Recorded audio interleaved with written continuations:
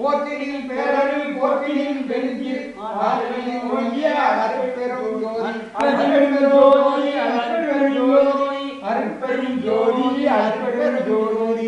தனிப்பெரும் கருணை ஏற்பெரும் ஜோதி அட்டமா அருட்பெரும் வெயில் அருட்பெரும் உலகத்து அருட்பெரும் தளத்து மேல்நிலையில் அருட்பெரும் வடிவில் அருட்பெரும் திருவிழை அமர்ந்த அருட்பெரும் வதியே அருட்பெரும் விதியே அருட்பெரும் புயல் நமுதே அருட்பெரும் வெளிப்பே அருட்பெரும் அருட்பெரும் ஜோதி என்னரே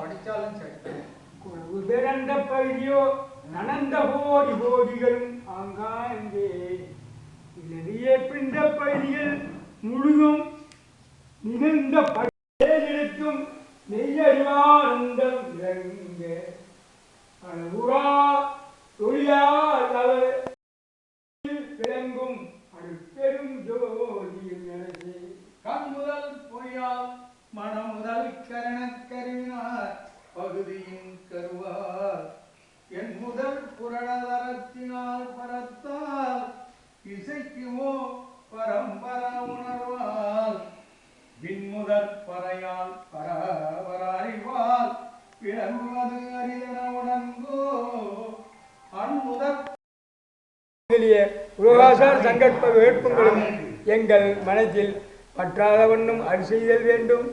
சுத்த சன்மார்க்கத்தின் முக்கிய லட்சியமாகிய ஆன்ம நேய ஒருமைப்பாட்டு உரிமை எங்களுக்குள் எக்காலத்தும் எவ்விடத்தும் எவ்விதத்தும் எவ்வளவும் விலகாமல் நிறைந்து விளங்க செய்வித்தரல் வேண்டும். எல்லாமாகிய தனிப்பெரும் தலைமை அருட்பெரும் ஜோதி ஆண்டவரே தேவரீர் திருவர் பெருங்கருணைக்கு வந்தனர். பூஜை முடிக்கிறப்பதான் அதெல்லாம் படிக்கணும். சரி இப்ப சோதி படிக்கும்போது சோதி படிக்கிறோம்ல சாமியா எங்க ஜோதி படிக்கிற சோதி அது கூட்டமா முடிஞ்சு அப்புறம் சரி சரி சரி சரி பொறுமையை கேட்டு சபையில என்ன இருக்கா சரி சரி நிகழ்ச்சியை ஒத்துழைங்க சரி கேட்டு அதன்படியே நடங்க சரி சரி ஆமா அதான் நன்மை அதுதான் சன்மார்க்க சரி உங்க வாழ தன்னிச்சையில படிச்சீங்கன்னா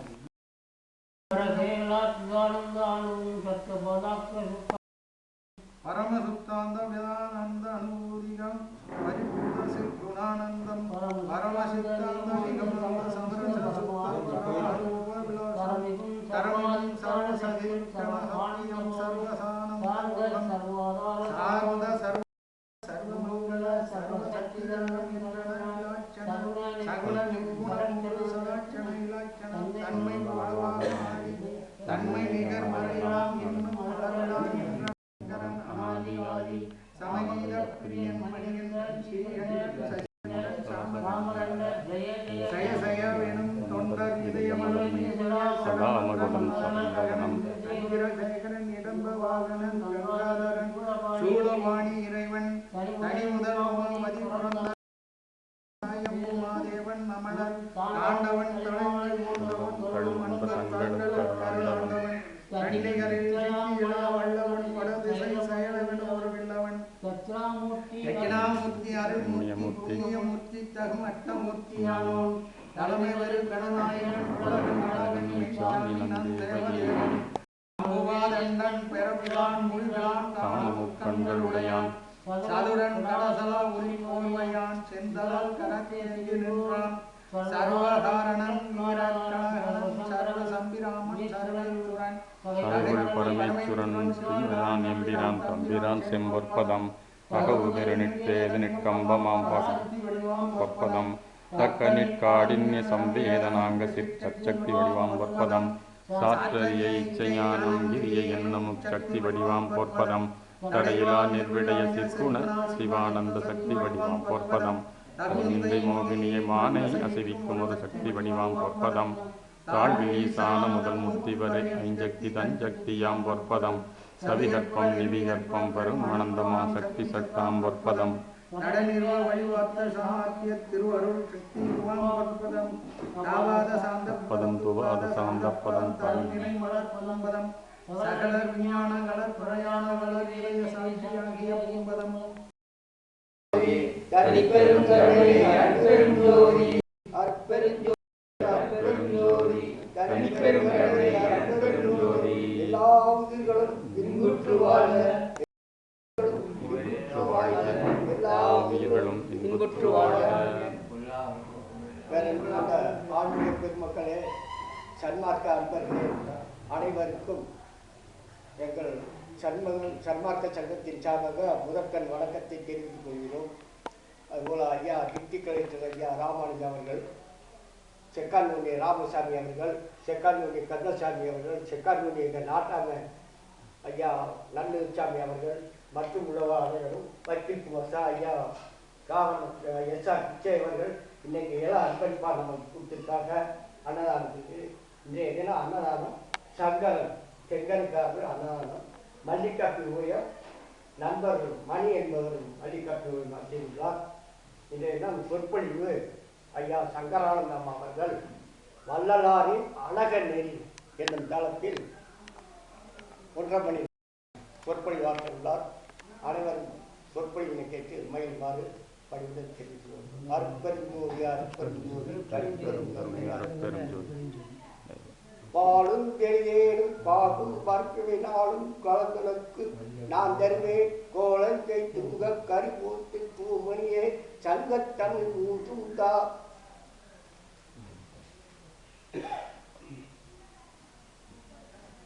அருட்பெரும் ஜோதி அருட்பெரும் ஜோதி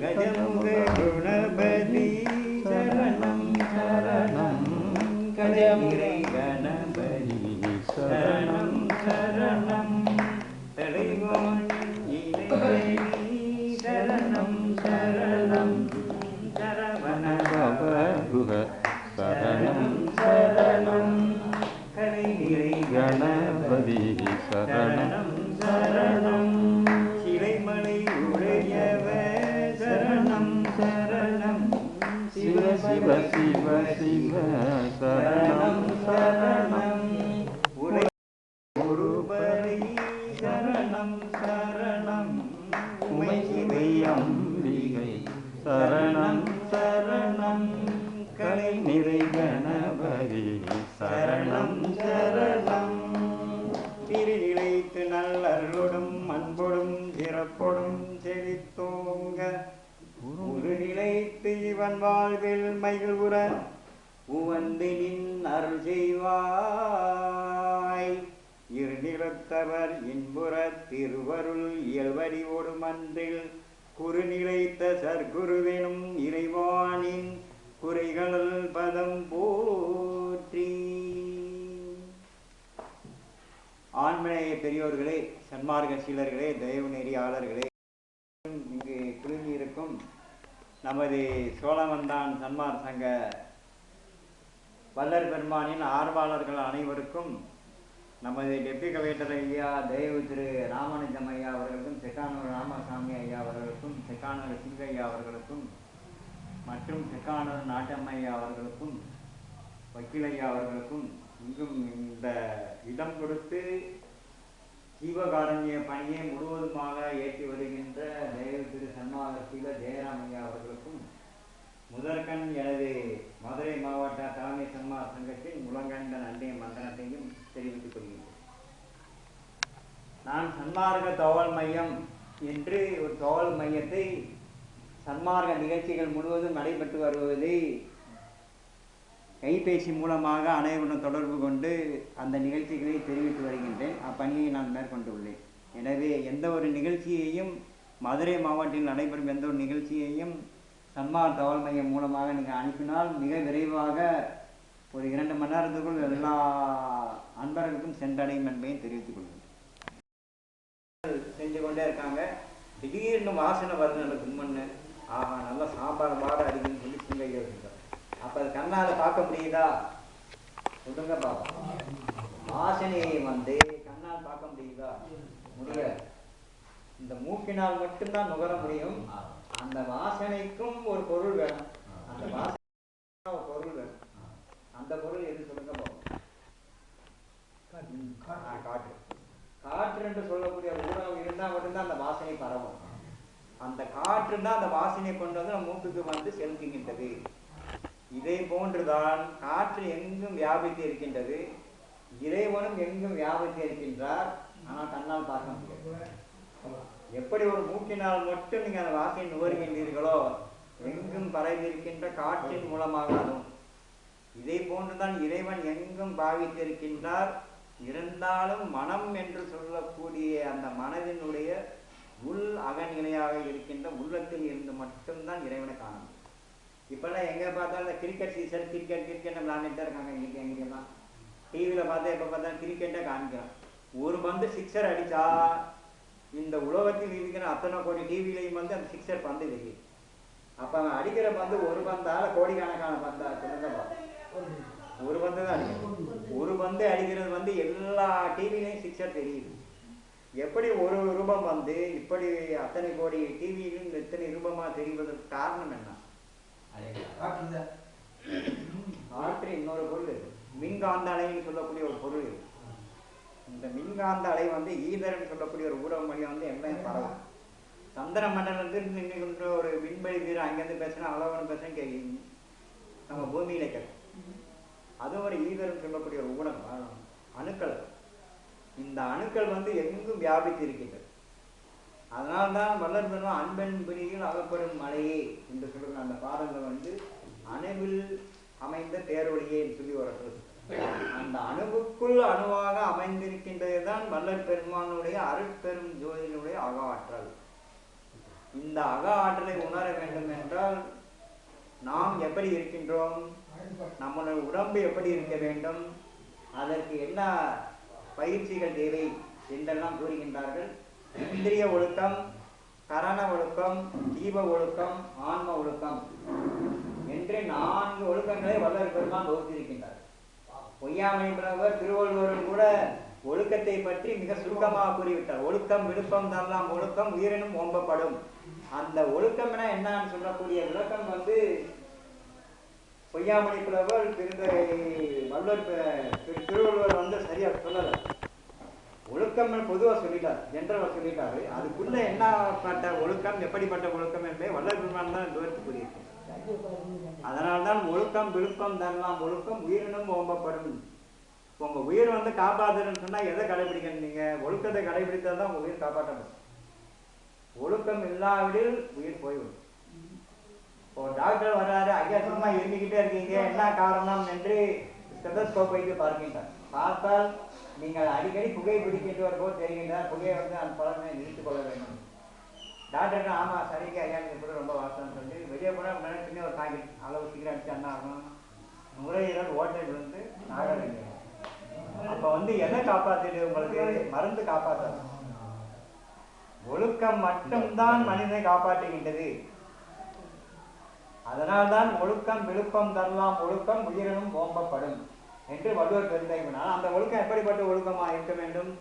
இந்திரிய ஒழுக்கம், கரண ஒழுக்கம், ஜீவ ஒழுக்கம், ஆன்ம ஒழுக்கம் என்று சொன்னார். கரணம் தப்பினால் மரணம் என்று சொல்லப்படுகின்றது. கரணம் தப்பினால் மரணம். அந்த கரணம்னா உள் ஏந்திரிய பொருள். அதாவது நம்ம மனம், வாக்கு, அகங்காரம் என்று சொல்லக்கூடிய 4 அமைப்பில் அது இருக்கு. இந்த 4ல் ஒன்று கூட போயிடுச்சுன்னா ஒரு மனிதன் மரணத்தை நோக்கி செல்கின்றான் என்று பொருளாய். எனவே இந்த மனம் என்று சொல்லக்கூடிய இந்த நிலை அகநிலையில் இருக்க வேண்டும். அகநிலை எப்பொழுதும் இன்பகரமாக இருக்க வேண்டும் என்று சொன்னால் அவர் என்ன செய்யணும்? இந்த உலகத்தில் இருக்கின்ற எந்த பொருளின் மீது பற்றற்ற நிலையில் இருக்க வேண்டும். அந்த பற்றற்ற நிலையில் இருந்தால்தான் அவர் சச்சிதானந்தம் என்று சொல்லக்கூடிய பேரானந்த நிலையை அடைய முடியும். அந்த பேரானந்த நிலையை அடைய வேண்டும் என்றால் சத் சித் ஆனந்தம். சச்சிதானந்தம். இப்போ வந்து நீங்கள் வந்து சத்தியகான சபை போகிறீங்க, வடலூர் போகிறீங்க, தைப்பூசத்தில் அருட்பெரும் ஜோதி அருட்பெரும் கூட்டத்தோடு போயிருந்தால் கத்திட்டு வந்துடுங்க. ஆனால் இங்கே உண்மையிலே அந்த சத்தியகான சபையில் என்ன இருக்குது, என்ன ஏது இருக்குன்ற முழுமையும் தெரிந்து கொண்டு அந்த ஜோதியை வழிபடுகின்றது ரொம்ப ரொம்ப கொஞ்சம் பேர் தான் இருந்தாங்க. அங்கே இருக்க லட்சத்தில் ரொம்ப போனால் ஒரு 10-15 பேர் தான் இருக்காங்க. அங்கே சித்தர்கள்லாம் வர்றாங்க நிறைய பேர். இந்த தைப்பூசத்துக்கு அப்போ 15 சித்தர்கள் வழிபடுகின்ற சித்தர்கள்லாம் இங்கே வர்றாங்கன்னு சொல்லி வல்லற் பெருமானே குறிப்பிட்டிருக்கு. இந்த இடத்துல வந்து கூட்டத்தில் வந்து வர்றவங்க வந்து யாரும் பெரியவங்க யாரும் ஞானிகள் யாரும் பார்க்க முடியாது. அவர்களும் சித்தங்கள் வெளியே காமித்து கொள்ள மாட்டாங்க. நீங்கள் பார்க்கக்கூடிய அந்த சத்தியகான சபை வந்து தைப்பூசத்தில் அங்கே பார்க்கக்கூடிய சத்தியகான சபை ஒரு சின்ன ஜோதியில் வந்து காமிக்கிறாங்க. இங்கேருந்து இந்த ஞான அளவு ரொம்ப பெரிய ஜோதியாக தெரியுது. அந்த ஜோதியா தெரிகின்ற அந்த கண்ணாடியில் என்ன விசேஷ தத்துவங்கள் இருக்கின்றது என்று ஆராய்ந்து பார்த்தோமே. ஆனால் அவர் அந்த காலத்திலே ரசவாத மூலிகை வந்து அந்த கண்ணாடி மேலே தடவிருக்கிறார். அதுவும் அந்த கண்ணாடி என்ன சுதந்திரம் கிடைப்பதற்கு முன்னால் பெல்ஜியத்திலிருந்து வரவழைக்கப்பட்ட ஒரு கண்ணாடி. அந்த கண்ணாடி மீது ரசவாதம் போன்று மூலிகையை நல்லா சார்ந்து பூசி விட்டார் வல்லற் பெருமான். அந்த கண்ணாடி வழியா நீங்க அந்த ஜோதியை காமித்தால், சாதாரண இங்கே ஜோதி காமிச்சா என்ன ஆகுங்க, இப்போ வந்து ஒரு செக்கானூர் ராமசாமி ஒரு கையில் ஜோதி வந்து ஒரு ஜோதி காமிச்சாலும் ஜோதி காமிச்சா கீழே வந்து நிழல். எப்படி பார்த்தா கூட எந்த கோயிலில் போனால் இங்கே ஜோதி காமிச்சா நிழல் தான் செய்யும். ஆனால் வடலூரில் காமிக்கப்படுகின்ற அந்த சத்தியகால சபையில் காமிக்கின்ற ஜோதி வந்து நிழல் சாயாது. அது வந்து ஃபுல்லாக ரவுண்டாக தான் தெரியுது. கீழே வந்து நிழல் பார்க்கவே முடியாது. அந்த கண்ணாடி வழியாக இங்கே பார்த்தா அது ஒரு விசித்திரமாக இருக்கும். அதான் இப்போ நிறைய பேர் ஆராய்ச்சி பண்ணுறாங்க. சயின்டிஸ்ட்லாம் பார்க்குறாங்க, வரலாற்று அது எப்படி இதை அமைச்சிருக்காரு அந்த கண்ணாடின்னு சொல்லி கொஞ்சம் அதிசயமாக தான் இருக்கும் அவங்க வர்றாங்க. அந்த இதில் ஜோதி காண்பித்தால் முழு மதியாக ஜோதியாகத்தான் தென்படுகின்றது. எங்கே சத்தியகால சபை. அதுவும் எப்படின்னு சொன்னால் கரெக்டாக அந்த சூரியன் அஸ்தமம் ஆகின்ற பொழுது அந்த ஆரஞ்சு நிறத்தில் இருக்கின்ற பொன்னிறம் என்று சொல்லக்கூடிய அந்த ஒளி தெரிகிறது. மனிதன் வந்து மனிதனோட உடல் வந்து ஒளி வீசுமா, வல்லற் பெருமானோட உடம்பு வந்து ஒளி வீசுகிறதுன்னு சொன்னதெல்லாம் சுத்த போய் அதுன்னு சில பேர் சொல்லிக்கிறாங்க. அதுவும் தவறு. சரி, டிவியிலலாம் சில பேர் வந்து வேற மார்க்கத்துக்காரங்க வந்து ரொம்ப இதாக பேசலாம். அதாவது அவங்க மார்க்கம்தான் உயர்ந்தது என்று சொல்வது போன்று பேசுகின்றார்கள். அவர்களுக்கு வந்து இந்த காலத்தில் உள்ள கம்ப்யூட்டர் யுக காலத்தில் உள்ள இளைஞர்களுக்கும் மற்றவர்களுக்கு வந்து புரிகிற மாதிரி விளக்கமாக எடுத்து சொல்லக்கூடிய ஆற்றல் வந்து அங்கே சொற்பொழிவாளர்கள் இல்லையோ நம்ம தெரியவில்லை. இருந்தாலும் நம்ம உடம்பு வந்து ஒளி வீசுகின்ற ஒரு உடம்பாக ஆக்க முடியும். சாதாரண ஒரு சின்ன பூச்சியை, மின்மணி பூச்சியை நைட்டில் வந்து பறக்கும் போது என்ன மிடுக்கு அந்த உடம்புல வந்து லைட் வந்து போகுது. ஒரு சின்ன சிற்றுளி மின்மணி பூச்சி அது பேர். இந்த மின்மணி பூச்சியே அதோட உடம்பில் வந்து ஒளி வந்து சென்று கொண்டே இருக்கின்றது. அப்படி என்றால் 5 அறிவு படித்த மனிதனால் ஏன் முடியாது என்பதுதான் கேள்வி. இதே போன்று ஆஸ்திரேலியாவில் வந்து ஒரு சூரியகாந்தி மாதிரி ஒரு செடி இருக்கின்றது, மூலிகை செடி. அந்த செடி இறைவில் வந்து ஒளி ரொம்ப பிரகாசிக்குமா. அதை பிடிங்க கையில் வச்சுக்கிட்டா 8 மணி நேரம் வந்து அந்த ஒளி வந்து வீசிக்கொண்டே இருக்குமா. அது என்ன பர்கோவான்னு ஒரு பேர் சொன்னாங்க, சரியா ஞாபகம் இல்லை, சயின்டிஸ்ட் பேர். அந்த செடி வந்து இன்னும் வளருது ஆஸ்திரேலியா, ஒளி ரொம்ப வீசும்போது. அந்த ஒளி வீசக்கூடிய அந்த செடி வந்து தாமரை போன்ற இதழ்கள் நிறைய இருக்கின்றது, அதுவும் ஒளி வீசிக்கிட்டு. மனிதனால் வந்து இந்த உடம்பு வந்து ஒளி வீசக்கூடியது.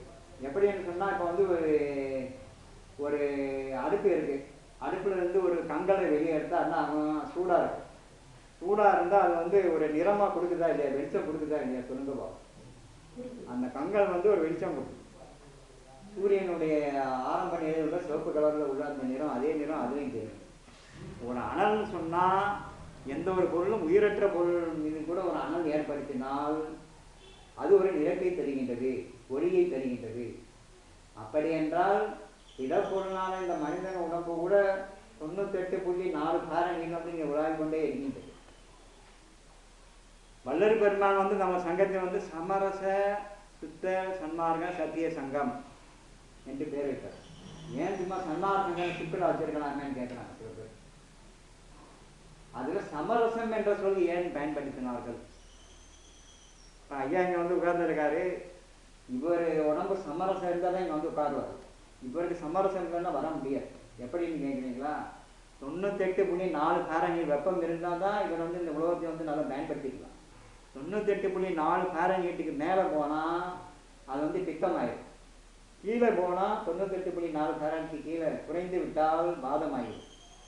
இந்த 2 நோய் இருந்தால் வந்து நோயை வைத்து கொண்டு வந்து இந்த உலகத்திலிருந்து இவர் வந்து சாதாரண வந்து நிப்பாட முடியாது, ஒன்றும் செய்ய முடியும். அப்படி என்றால் இந்த உடம்பு எப்படி இருக்க வேண்டும்? 98.4 ஃபாரன்ஹீட் சமநிலையில் வெப்பம் இருக்க வேண்டும். இயற்கையாகவே ஆண்டவன் வந்து நம்ம உடம்புக்கு வந்து சமரசம் ஏற்படுத்தி வைத்திருக்கின்றார். அந்த சமரச நிலையில் இருந்தால்தான் இந்த உலகத்தை முழுமையாக நீங்கள் அனுபவிக்க முடியும். அப்படி இல்லை என்றால் அனுபவிக்க முடியாது. சமரசம் என்று சொன்னால் நிறைய பேர் வந்து ஏதோ தானோ என்று நினைத்துக் கொள்கிறார். நம்முடைய மனமும் அதன் உலகத்தில் இருக்கின்ற இறைத்தன்மையும் ரெண்டும் ஒன்றித்து இருக்கின்ற சமரச நிலையை தான் வள்ளல் பெருமான் இங்கே வந்து சமரசம் என்று குறிப்பிடுகிறார். சும்மா புறவேசம் போட்டு வந்து இப்போ சன்னியாசிகள் முனிவர்கள்லாம் இப்போ வந்து ரொம்ப இது பண்ணுறாங்க. ஒரு சித்து வேலை மட்டும் வைத்துக்கொண்டு கோடிக்கணக்கு சம்பாதிக்கும். அதெல்லாம் சிறுபிள்ளைத்தனம் என்பதை வள்ளல் பெருமான் எடுத்து காண்பிக்கின்றார்கள். எந்த ஒரு சித்தும் வந்தாலும் அது வந்து சிறுபிள்ளை தான். அந்த சித்து வந்து மேற்கொண்டு இறைவன்பால் செலுத்தி இறைவனுடைய தன்மையை அறிவதுதான் 8ம் 2ம் 7ம் முற்படி என அட்டன் நின்றார்களே அருட்பெரும் ஜோதி என்று கூறுகிறார். கட்டோடு கணத்தோடு வாழ்கின்றோம் என்பீர் கண்ணோடு கருத்தோடு கருத்தனை கருதி பட்டோடு பணியோடு தெருவில் பசியோடு வந்தோரை பார்க்கவும் நேரில் கொட்டோடு முகத்தோடு கோலம் காண்கின்றேன் குறிப்போடு குணத்தோடு குறிப்பதை அறியீர் எட்டோடு 2ம் சேர்த்து என்னவும் அறியீர் பித்துளை நீரே எத்துணை கொள்கின்றேன் பித்துளை நீரே எத்துணை கொள்கின்றேன் என்று ஒரு பாடலை பாடுறார். கட்டோடு கணத்தோடு வாழ்கின்றோம் என்பேர். ஐயா நல்லா கட்டோடு உடம்போடு இருக்காரு. ஒரு அரிசி மூட்டத்துக்குன்னா டக்குன்னு தூக்கிடுவார். நம்ம சிக்கான ராமசங்கரும் தூக்கிடுவார். உடம்பு இந்த வயசுக்கு தான் கட்டோடு இருக்க முடியும். பிற்பாடு என்ன ஆகி விடுகின்றது? எல்லாம் கலைந்து போயிடும். ஒரு 55 வயசுக்கு மேலே எல்லாம் போயிடும். நன்றாக கருத்தோடு இருந்து அந்த கருத்தினை வந்து அறிந்து அந்த கருத்தை வந்து லயித்து கொண்டு இருப்பவர்கள் சிலர் தான். பட்டு பணியெல்லாம் போட்டுட்டு போயிட்டே இருப்பார். ஐயாவுக்கு நிறைய பேர் விசிறி கொண்டுலாம் வருவாங்க ரோட்டில். திடீர்னு ஒரு பிச்சைக்காரன் ஐயானுக்கு ஏதாவது போட்டேன் போன்னு விரட்டி விட்டான். நல்லா பட்டுக்கிட்டு போட்டு நல்லா வசதி சந்தா எங்கே பூசா அவர் பார்த்தாலே பெரிய மகான் மாதிரி வந்துட்டு 4 பேர் ஒரு சுற்றின்னு பூரா துதி பாடிக்கொண்டே வருவார். ஆனால் எதுக்க வருகின்ற அந்த பசியோட ஐயா பசின்னு தான் கண்டுக்கிறாங்க போவான். இன்னும் சில பேர் பெரிய அமைச்சர், நான் பெரிய தனவான், இந்த ஜமீன்தார்னு சொல்லி கொட்டுட்டெல்லாம் அடிச்சு மாலையிலே போட்டு அவருக்கு ரொம்ப டிக்டாப்பாக சுற்றி வரும். இந்த காலத்தில் வந்து எல்லாம் காரணம்லாம் வர்றாங்க. இந்த காரில் வர்றவங்கிட்ட போய் ஐயா ஜீவகாருண்யம் பற்றி உங்களுக்கு தெரியுமான்னு கேட்டால் அவர் சிரிச்சுக்கிட்டே ஒருத்தர் சொன்னார். நான் இப்போ பக்கத்தில் நின்றுட்டேன். இந்த ஊரில் இருந்தால் வேறு ஊரில் கோயம்புத்தூர் சேலம் நினைக்கிறேன் போகிற வழி ஈரோடு பெரிய ஜமீன்தார் அவர் சிரிச்சுக்கிட்டே பேசுகிறாரு. சன்மார்க் பற்றியே தெரியல அவருக்கு. ஜீவன் என்ன காருக்குள்ளே இருந்தால் பார்த்தா ஜீவ காருண்யம் தானே வேணுமான்னு சொல்கிறாரு. எப்படி இருந்தாரு? நான் கேட்குறது வந்து ஜீவ காருண்யம். அவர் காதில் விழுந்தது என்னமோ தெரியல. ஜீவன் காருக்குள்ளே இருந்தால் பத்தாதானே கேட்குறது. அது ஜீவ காருண்யம். அவருக்கு எப்படி இருந்தார்? ஜீவன் காருக்குள்ளே இருந்தால் பத்தாதான். அதுக்கு பேர் ஜீவ காருண்யம். இப்படியெல்லாம் இருக்காங்க ஆங்க. ஜீவ காருண்யம்னா காரணம் மழை. நல்லவருக்கும் தீயவர்களுக்கும் மழை பெய்யும், நன்மை செய்யும். இந்த ஜீவர்களுக்கெல்லாம் உதவி செய்யக்கூடியதான் ஜீவ காருண்யம் என்று வைத்தார்கள் வல்லர்கள். தீவர்களுக்கு செய்யக்கூடிய உதவி அது நன்மையானவர்களுக்கோ தீமையானவர்களுக்கோ செய்கின்ற உதவி தான் ஜீவகாருண்யம். அது எந்த ஒரு பிரதிபலனும் எதிர்பாராமல் செய்வதுதான் உண்மையான தர்மம். நீங்கள் செய்யக்கூடிய உதவி வந்து ஏதாவது சின்ன பலன் கூட அதை நீங்கள் எதிர்பார்த்தால் அது பேர் தர்மம் கிடையாது. அதுக்கு இன்னொரு பேர் இருக்கு. இன்னொரு பேர் என்னங்க ஐயா? ஐயா இந்த நிறைய மீட்டிங்கில் பார்த்துருக்கீங்க அவர். ஆமாம், முதல்ல கூட வந்திருக்காரு அவரு. ஐயா நிறைய இடத்துல பார்த்துருக்கீங்க. தெரியல ஐயா. ஆமாம் ஆமாம் பார்த்துருக்கேன். அதாவதுங்கய்யா நம்ம செய்யக்கூடிய செய்யக்கூடிய செயல் வந்து அறப்பணியில் இருந்தாலும் அதில் வந்து மனதளவில் வந்து என்ன ஒரு பிரதிபலனும் எதிர்பார்த்தல் கூடாது.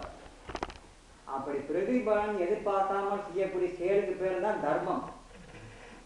நீங்கள் வந்து புகழுக்காண்டி அது செஞ்சா அது எதிர்பார்த்து அறப்பணி தான் செய்கின்றீர்கள், நீங்கள் வணங்கி கொண்டே தான் இருக்கின்றீர்கள், உணவுப் பொருள் அதெல்லாம் வணங்கி கொண்டே தான் இருக்கீர்கள். ஆனால் ஏதாவது சிறிய புகழுக்காண்டி அது செஞ்சால் அதுக்கு பேர் வந்து இது கிடையாது.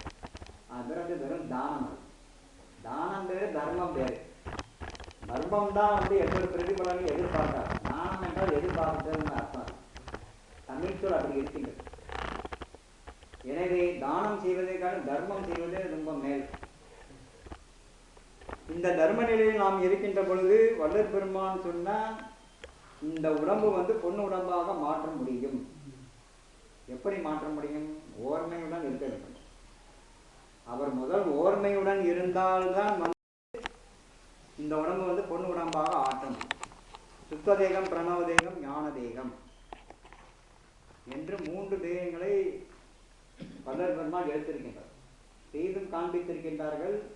அவருடைய நிழல் அந்த உடம்பு அப்படிதான் இருக்கு. ஒரு சமயம் வந்து எல்லாம் ஆகாவோன்னு கத்திட்டு ஆரவாரமாக போயிட்டாங்க. இங்கே சிதம்பரத்துக்கு அங்கே அப்போ பார்த்து கும்பாபிஷேகம். வள்ளல் பெருமான் மட்டும் அவங்க சீடர்களோட அந்த வடலூர் சபையில் உட்கார்ந்து கொண்டு வழக்கமாக பணியை செஞ்சு கொண்டே இருக்காங்க. அந்த சீடர்கள்லாம் சொல்கிறாங்க, ஐயா நாங்கள் அங்கே சிதம்பரம் போகணும், கும்பாபிஷேகம் 12 ஆண்டுகள் ஒரு நடந்த அருமையான காட்சியை பார்க்க வேணாமான்னு சொல்லிட்டாங்க. தொழுவீர் வேலையிட்ட ரொம்ப ப்ரெஸ் பண்ணிக்கிட்டே இருந்தாங்க. தொழுவீர் வேலையிடம் ஐயா கூட போய் வள்ளல் பெருமான் சும்மா சீடர்கள் நம்ம சொல்லிட்டே இருக்காங்க, தொண்டர்கள்லாம் சொன்னாங்க.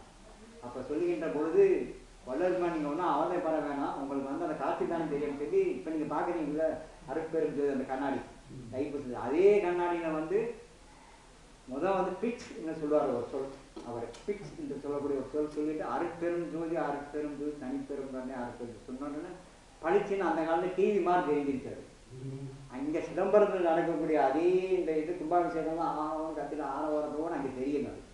எல்லாம் அங்கே இருக்கிற தொண்டர்கள் தான் அந்த நீங்கள் பார்க்குற இப்போ கண்ணாடி வழியாக தான் அந்த இதே கண்ணாடி வழியாக தான் அந்த காலத்தில் காட்சி பார்த்துருக்காங்க. சிதம்பரம் காட்சியை முதல் தொலைக்காட்சியாக வள்ளல் பெருமான் காண்பித்த ஒரு இது தன்மை வந்து வள்ளல் பெருமானை தான் காரணம். வேற எந்த தொலைக்காட்சியும் வந்து அந்த கண்டுபிடிக்க முன்னாடியே அது வந்துடுச்சு. அப்பொழுதே அதை காண்பித்திருக்கின்றார். இந்த நிலை பார்த்தவுடன் அவர்கள் வள்ளல் பெருமானுடைய ஒரு சில சித்துக்கள் இருக்கின்றது என்று அப்பொழுதுதான் எல்லாரும் நம்பினார். அதை பார்த்து மிக மகிழ்ச்சி அடைந்த அவர்கள் கழித்து கொண்டார். இந்த நிகழ்ச்சி ஏற்படுவதற்கு அவருடைய உடம்பு என்ன சக்தியாக இருக்கு. சுத்த தேகம், பிரணவ தேகம், ஞான தேகம். சுத்த தேகம்னா பொண்ணு உடம்பு. இந்த பொண்ணு உடம்பில் இருக்கின்றவர்கள் வந்து சுத்த தேகமாக இருக்கின்றவர் வந்து வெயிலில் போனால் அவர் வந்து நிழல் சாயா இருக்கு. அவர் நிலம் பாதம் கீழே கூட பார்த்தோம்னா இங்கே நிலம் கண்டுபிடிக்க முடியாது. பிரணவ தேகம்னா நீங்கள் இந்த கதவை சாத்தி அழைச்சிட்டா இந்த ரூமில் போயிடலாம். இங்கே இருக்கிற உடம்பு அந்த ரூமில் போயிடும். பிரணவ தேகம் என்று சொன்னால் காற்று உடம்பு. பிரணவ தேகம் என்று சொல்வது வந்து காற்று உடம்பு. இந்த காற்று மையத்திலே சுற்றி கொண்டே இருப்பார். தென்படுவார்கள், பிடிபட மாட்டார். சுத்த தேகம், பிரணவ தேகம், ஞான தேகம் என்று சொல்லக்கூடியதுதான் ஒளி உடம்பு. இந்த ஞான தேகம் போகணும்னா அருட்பெரும் ஜோதி, அருட்பெரும் ஜோதின்னு போட்டு அங்கே ஒரு செக் போஸ்ட் மாதிரி ஒன்று போட்டார். என்ன அது? தனிப்பெரும் கருணை மட்டும் இருந்தவங்க தான் 3வது அருட்பெரும் ஜோதி சென்றடைவார். அது வரைக்கும் அவங்களுக்கு தகுதி கிடையாது. அருட்பெரும் ஜோதி, அருட்பெரும் ஜோதி, தனிப்பெரும் கருணை, அருட்பெரும் 3 அருட்பெரும் ஜோதி பயன்படுத்தி நீங்கள் இந்த 3 தான் பயன்படுத்த ஒரு விஷயம் இருக்காது. இதே மாதிரி நீங்கள் கழித்து இந்த ஜோதி காமிப்பீங்க பாருங்க. ஜோதி ஜோதி ஜோதி சிவன் 3 ஜோதி போடுவார். 3 ஜோதி எதுக்கு? ஒன்று சூரிய ஜோதி, இன்னொன்று வந்து சந்திர ஜோதி, 3வது அந்த அக்னி ஜோதி காமிக்கப்படுகின்றது பாருங்க. இதுதான் சிவம் வடிவமாக இருக்கின்றது. அந்த ஒளி வடிவமாக இருக்கின்றது 3 ஜோதி காண்பிக்கப்படுகிறது. இந்த 3 ஜோதி தான் இங்கே வந்து 3 அருட்பெரும் ஜோதி நிலையில் வந்து இங்கே இருக்கின்றது. அருட்பெரும் ஜோதி, அருட்பெரும் ஜோதி, தனிப்பெரும் கருணை, அருட்பெரும் ஜோதி. இது வந்து சில பேர் வந்து நிகழ்காலம், இறந்த காலம், எதிர்காலம், இந்த 3 இதை வைத்துக்கொள்ளலாம்னு சொல்லி சொல்கிறாங்க. அது சும்மா புறநிலையில் உள்ள அது அர்த்தம், அனுபவம் உள்ளவங்க சொல்லக்கூடிய அர்த்தம். அருட்பெரும் ஜோதி, அருட்பெரும் ஜோதி, தனிப்பெரும் கருணை, அருட்பெரும் ஜோதின்னு சொன்னால் அதை வந்து முதல் அருட்பெரும் ஜோதி வந்து நீங்கள் முழுமையாக கடைபிடித்து கொண்டே வந்தால் உங்கள் உள்ளத்தில் வந்து அன்பு ஏற்படும். இந்த அன்பு வந்து 2வது அருட்பெரும் ஜோதியை இன்னும் தெளிவாக கடைபிடித்து ஜீவகாரணிய படியில் வந்து கொண்டே இருந்தால் கருணை என்று சொல்லக்கூடிய அந்த கருணை உள்ளத்தில் தோன்றி அது கீழே இறங்கி வந்து செயல் வடிவமாக செயல்படும். செயல் வடிவமாக செயல்பட்டால் அதற்கு பேர் தயவு என்று பொருள். எப்பொழுது கருணை உள்ளத்திலிருந்து கீழே இறங்கி வந்து செயல் வடிவத்தில் செயல்படுகின்றதோ அது பேர் வந்து தயவு. அதுதான் ஜீவகாருண்யம். இந்த ஜீவகாருண்யம் வந்து எல்லா உயிர்களுக்கும் பாரபட்சம் தான் நம்ம செய்யணும். அப்பொழுது வந்து என்ன ஆகுதுன்னு சொன்னால், நம்ம இந்திரிய ஒழுக்கங்கள் வந்து சாதாரண நிலையில் கட்டுப்பாடு உண்டாகும். இந்த இந்திரிய ஒழுக்கம் வந்து கட்டுப்பாடு ஏற்படும் பொழுது கரண ஒழுக்கம் உள்ளத்தில் உள்ள சுத்தம் வந்து முழுமை பெறும், சுத்தம் பெறும். அப்போ வந்து இந்திரிய ஒழுக்கம், கரண ஒழுக்கம், ஜீவ ஒழுக்கம் என்று சொல்லக்கூடியது வந்து என்ன ஒழுக்கம்னு சொன்னால், எறும்பு முதல் யானை வரை உள்ள ஒழுக்கத்திற்கு சமம். இப்போ எறும்பு முதல் யானை வரைக்கும் போகும்போது ஒரு விளக்கம் தேவைப்படுகிறது. என்ன விளக்கம்னு சொன்னால், இப்போ ஐயா வந்து நல்லா பயில்வானா இருக்காரு, சக்தியாக இருக்காரு, என்ன சாப்பிடுவீங்கன்னா, நான் வந்து ஒரு நாளைக்கு 12 முட்டை அடிச்சுங்க, மாட்டு கறிங்க, பன்னி கறிங்க, அது எல்லாமே திங்கன்னு சொல்லுவார். அவருக்கு பலம் இருக்கு. அவர்கிட்ட போய் விட்டு, ஐயா சிங்கம் இருக்குன்னு சொல்றோம். சிங்கம் இருக்கின்றது, பலம் இருக்கு. அந்த சிங்கம் யானையை அடித்து கொள்ளக்கூடிய பலம் சிங்கத்துக்கு இருக்கின்றது. ஆனால் சிங்கம் வந்து யானையின் முன்னால் வந்தால் யானையை அடிக்க முடியாது. அது எப்பொழுதும் சூட்சமாக பின்பக்கம் தான் வராது. பின்புறமாக இருந்ததுன்னா யானையை வந்து சிங்கம் வந்து மேலே இருந்து பிடரில் அடித்து இது யானை கொள்வது இது பண்ணுது. முன்பக்கம் வந்தால் ரொம்ப நேரம் ஆகும் யானை கொள்வது, முடியாது தான். ஆமாம். இந்த சிங்கத்துக்கு யானைக்கு என்ன வித்தியாசம்னு கேட்டால், சர்க்கஸ் வந்து கோமாளியெல்லாம் சிங்கத்தை நல்லா ஒவ்வொரு நாளும் சர்க்கஸ் பண்ணிடுறோம். ஆனால் அந்த சிங்கத்தை கூப்பிட்டீங்க வா, என்னை கூப்பிட்டுட்டு இந்த யானையை கூட்டி போய் அஸ்ஸாமில் வந்து பெரிய தேக்கு கட்டினா வெட்டுறான் பாருங்க. இது வந்து சிங்கத்தை இழுக்க சொல்லுன்னு. நீ சர்க்கஸில் எவ்வளோ நாள் விசித்திரமான சர்க்கஸ் செஞ்சு காமிச்சது சிங்கம், யானையை விட பலமானதெல்லாம் சொல்கிறது இல்லையா, எங்கேயா அந்த தேக்கு கட்டை இழுக்க சொல்லுன்னு பார்ப்போம். சிங்கம் வந்து யானையை கொள்வதற்குரிய சக்தி இருக்கின்றது, அறிவு இருக்கின்றது, மிருகத்தினுடைய அரசன் என்று போற்றப்படுகின்றான் சிங்கம். ஆனால் அதே சிங்கம் உருப்படியாக அஸ்ஸாம் மலைப்பிரதேசங்களில் உள்ள தேக்கு கட்டையை இழுக்க முடியுமா என்பதுதான் கேள்வி. இழுக்க முடியாது. சிங்கம் பலம் உள்ளது, யானையை அடித்து கொள்வது பலம் இருந்தால் கூட உருப்படியான வேலை செய்வதற்குரிய அந்த ஆற்றல் செலுத்தக்கூடிய மூளை சக்தி அது கிடையாது. காரணம் என்னன்னு சொன்னா, அசைவ உணவு சாப்பிடுங்க. அப்படி என்றால் சைவ உணவே சாப்பிடுகின்ற யானைக்கு தான் பலம் அதிகம். அதுதான் மக்களுக்கு வந்து உதவிகரமாக ஆக்கக்கூடிய ஆற்றல் சக்தியை செலுத்தி அந்த தேக்கிட்ட இழுக்க முடியும். அப்போ ஆற்றல் சக்தி அதுக்கு உடம்புக்கு இருக்கு. சிங்கத்தினால் வந்து இழுக்க முடியாதுன்னு தேக்கே கதை. அதனால வந்து சிங்கம் வந்து ஒசத்தின்னு சொல்லிட முடியாது. யானை தான் இந்த இடத்துல மிகவும் தலைவர் போன்று செயல்படுது. நீங்கள் நினைப்பது போன்று மிருகங்களின் தலைவன் சிங்கம் என்று கூறுவது வந்து சில இடங்கள் தவறு. என்னால் சிற்பவானந்த அந்த சோழன் அங்கே வர வழியில் திருவண்ணாமலை அங்கே நான் அந்த இடம் அடிக்கடி போவேன். நான் ஒரு கிட்டத்தட்ட 25 வருஷம் அந்த இடம் போயிருக்கேன். அவர் முதல் என்னுடைய குருன்னு சொன்னால் கூட அவர் தான் முதல் ஆன்மீகம் என்னுடைய குரு அவர் தான். அங்கே நுழைகின்ற பொழுது என்னை கூட்டி போனாங்க. அந்த ரூம்ல முதல் நுழைய போது இந்த பக்கம் சிங்கம் தலை இருக்கு, இந்த பக்கம் யானை தலை இருக்கு, ரெண்டு சேர்த்து போட்டுருந்தேன். எப்போ பார்த்தாலும் இந்த தலை இருக்கு, நான் பார்த்துட்டே இருந்தேன் சின்ன வயசுல படிக்கிற காலத்துல. அப்போதான் யோசனை கேட்டேன், இந்த இது ரெண்டுக்கு என்ன வித்தியாசம். ரொம்ப காலத்துக்கு அப்புறமே இப்போதான் ஒரு 5 வருஷம் முன்னாடி இந்த ஒரு யோசனைக்கு வந்துருக்கு. அது வரைக்கும் எனக்கு அந்த யோசனை தென்படலை. இது சொல்றேன் உங்களுக்கு, எதுக்கு என்ன விளக்கமா, வேற புத்தகத்துக்கு கிடைக்கல எனக்கு சரியா. அப்பதான் நினைச்சேன், சிற்பவானந்தர் எடுத்து சும்மா இதே வச்சிருக்காரு, சிங்கம் வச்சிருக்காரு, ஒரு தலைவன் சிங்கம் இருக்கு, பின்னாடி வந்து யானை இருக்கு, இந்த 2 சிம்பிள் எதுக்கு இங்கே அந்த வச்சிருக்காங்க. அதான் யோசனை. சைவம் அசைவம் கண்டிப்பாங்க. வல்லர் சன்மார்க்கம் வந்த பிறகு எனக்கு புரிஞ்சு, ஓஹோ இது இந்த டெக்னிக் தான் இங்கே வச்சிருக்காரா இவர். அதாவது சைவ உணவு சாப்பிடுகின்ற எந்த ஒரு ஜீவராசிகள் உயிர்கள் மட்டும்தான் இந்த உலகம் வந்து பயன்பாடு உள்ளவர்களாக இருப்பாங்க.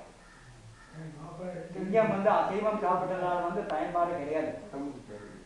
சும்மா ஆகாவோட பொருளை செய்வது மட்டும்தான் செய்யறதுக்கு பயன்படுது. இதனால் வந்து யானை இருந்தாலும் 1000 பொன், இறந்தாலும் 1000 பொன் சொல்றாங்க. இது எதுக்கு காரணம் என்றால் சைவம். சைவமே வலியுறுத்தி வருகிறது. அதாவது மனிதன் வந்து எப்படி இருக்க வேண்டும் என்றால், ஒருமையுடன் எனது திருமாளிகையில் இணைகின்ற உத்தரவர்ணம் உறவு வேண்டும், உள் ஒன்று வைத்து புறம் ஒன்று பெற்று உறவு கலவாமை, பெருமை தரு நிழல் புகழ் பேச வேண்டும், பொய்மை பேசாது இருக்க வேண்டும், தெரு நெறி பிடித்து ஒழுக வேண்டும், மதமானதை பிரியாது இருக்க வேண்டும், மறுவு பெண்ணாசையே மறக்க வேண்டும். அந்த இடத்துல வந்து ஏன்னு போட்டார். மக்கள் வந்து இந்த போட்டிருக்க மாட்டார். நினை மறவாதிருக்க வேண்டும், நிதி வேண்டும், மதி வேண்டும், நின் கண்ணை நிதி வேண்டும், நோயற்ற வாழ்வில் நான் வாழ வேண்டும், தர்மமிகு சென்னையில் கந்த கோட்டத்தில் வளர்த்தளம் ஓங்கும் கந்த வேலை தன்முக தூயமணி உன்முக சைவமணி தன்முக தெய்வமணியே. ஆண்டவன் என்ன சைவமா அசைவமா சொல்லுங்க பாப்போம்.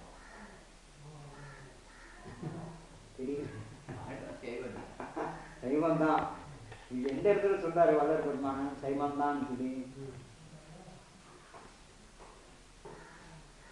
சொன்ன பாடல்ல சொல்லியிருக்காரு. தெய்வமணி மாலையில 31 பாடல்கள் இருக்கின்றது. இந்த 31 பாடல்கள் சண்முக தூயமணி உண்முக தெய்வமணி சண்முக தெய்வமணியே தான் சொல்லியிருக்காரு. சண்முக தெய்வமணியே தான் அடுத்த தீர்க்கமா சொல்லியிருக்காரு. அதனால நீங்க கும்பிடக்கூடிய அந்த முருகப்பெருமான் சொல்லுங்க, திருத்தணி முருகப்பெருமான் தான் வளர்வன் முதல் காட்சியாக அங்க அந்த கண்ணாடி அறையில் காட்சி தெரிவிக்கும், காட்சி கிடைத்திருக்கின்றது வல்லர் பெருமான். அந்த காட்சியில் இந்த 31 மணி மாலை தெய்வமணி மாலை பாடல் பாடியிருக்கு. ஆமா, தெய்வமணியே தான். அதனால இறைவன் சைவம் தான் என்பதற்கு இது ஒரு தகுந்த ஒரு எடுத்துக்காட்டு. இறைவன் சைவமாக இருக்கின்றான் என்பதற்கு இதுதான் எடுத்துக்காட்டு. ஒருமையுடன் இருந்த திருமலரடி நினைக்கின்ற உத்தமர்தம் உறவு வேண்டும். திடீர்னு ஒருத்தர் விருந்துக்காரன் தான், அம்மா இவருக்கு வேற வேலை இல்லை, வேலை இல்லாத நேரில் சேர்ந்துருக்காரு பாருங்க, இங்கிட்டு காசு இல்லை, இங்கிட்டு ஒன்றும் கூட கிடையாது, விறகு ஒன்றும் கிடையாது, கேஸ் கிடையாது, மண்ணெண்ணெய் கிடையாது, ஒன்றும் கிடையாது, இந்த நேரம் சேர்ந்துருக்காரு பாருங்க. உள்ளே போய் அடுப்பில் முணங்கிட்டே இருப்பாங்க. வெளியே வாங்க வாங்க வாங்கன்னு சுட்டு மேலே கீழே போட்டுக்கிறோம். அப்படிப்பட்ட உறவு தேவைகள் எந்த சூழ்நிலையும் உண்மையான அன்புடன் உதட்டளவு இல்லாமல் உள்ளத்தின் அளவு உறவு வேண்டும்.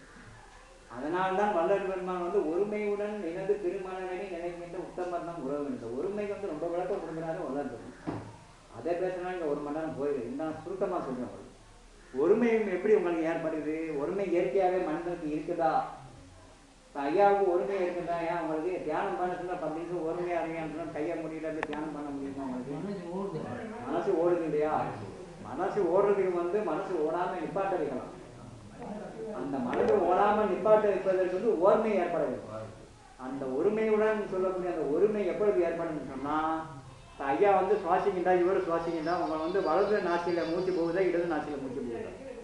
இப்ப சுவாசிக்கிறது இவருக்கு இடது போகுது. பெண்களை வலது நாசியில போனா சூரிய கலை.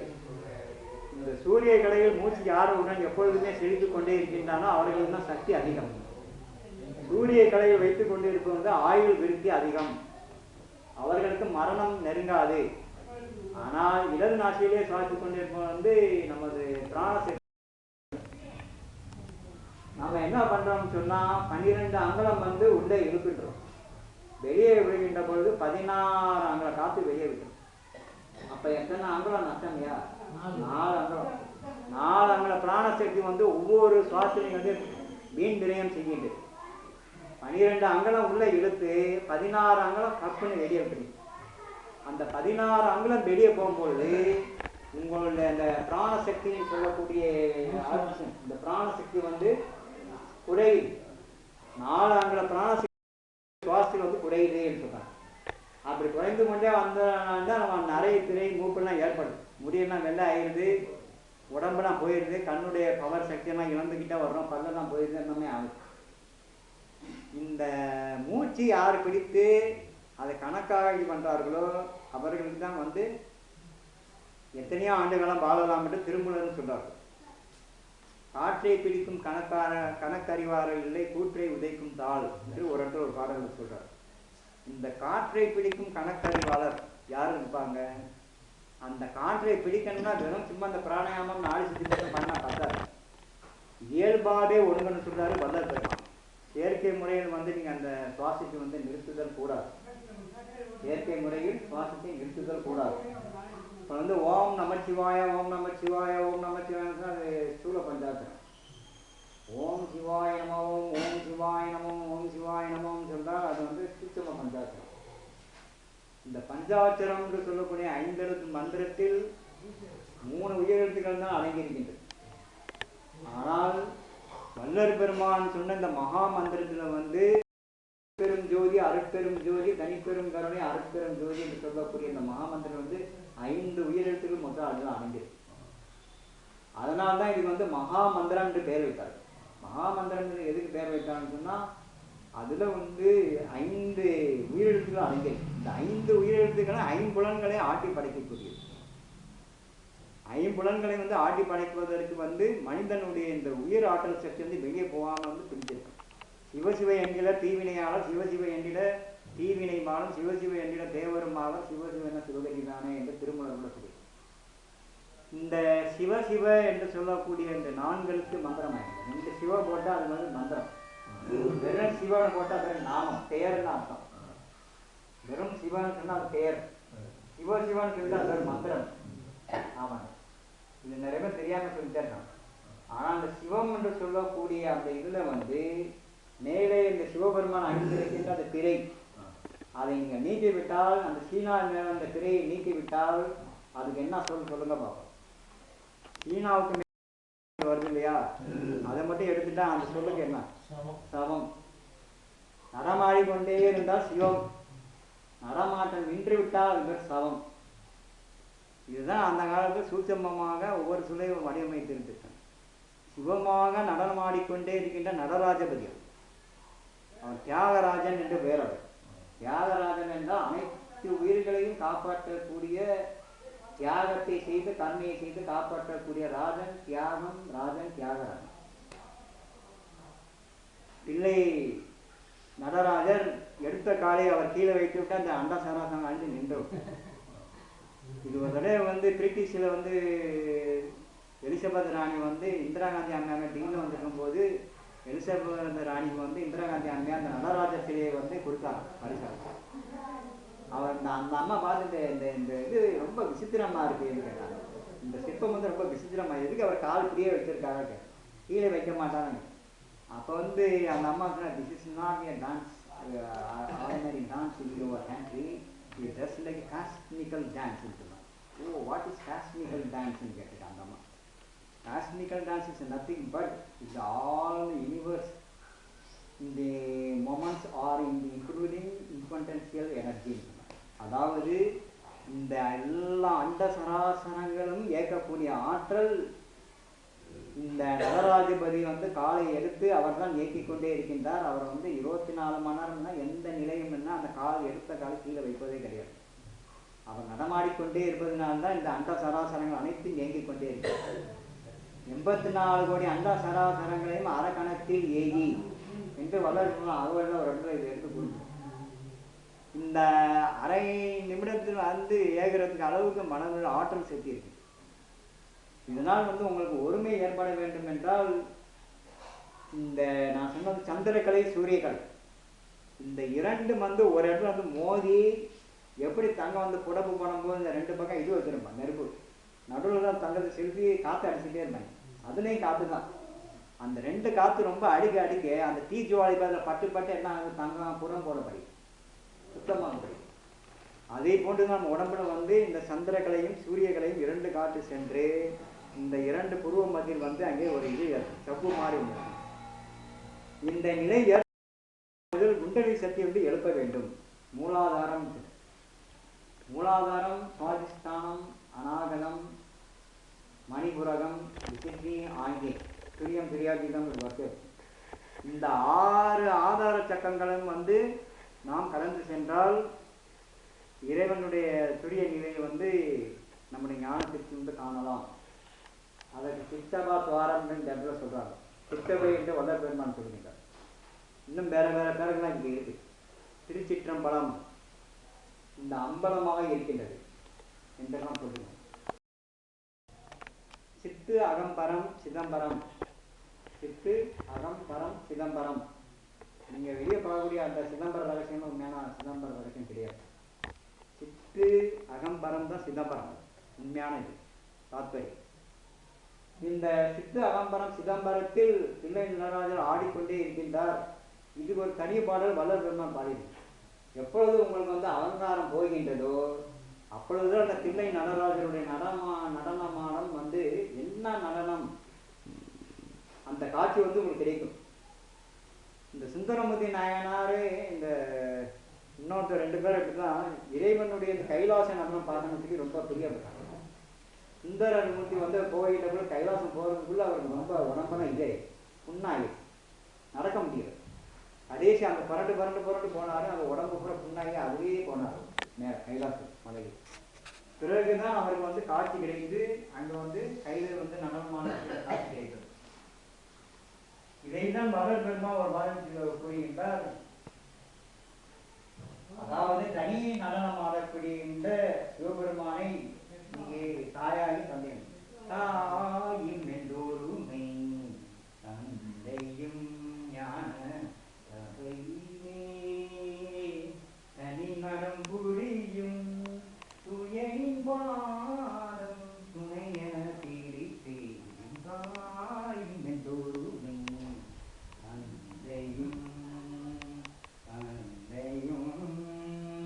தந்தையும் தூக்கமும் சோம்பலும் துயரொரு மாயையும்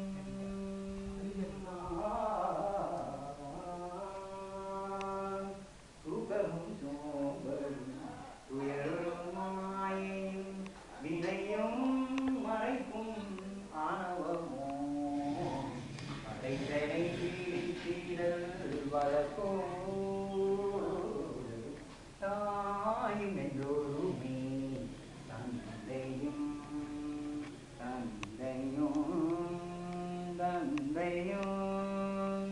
நாயினேன் தனையும் ஓர் கணம்பறிந்தறியேன் நாயினேன் தனையும் ஓர் கணம்பறிந்தறியேன் நல்லருள் ஜோதி தந்தருளே நல்லருள் ஜோதி தந்தருளே தாயும் என்றொருமை தந்தையும்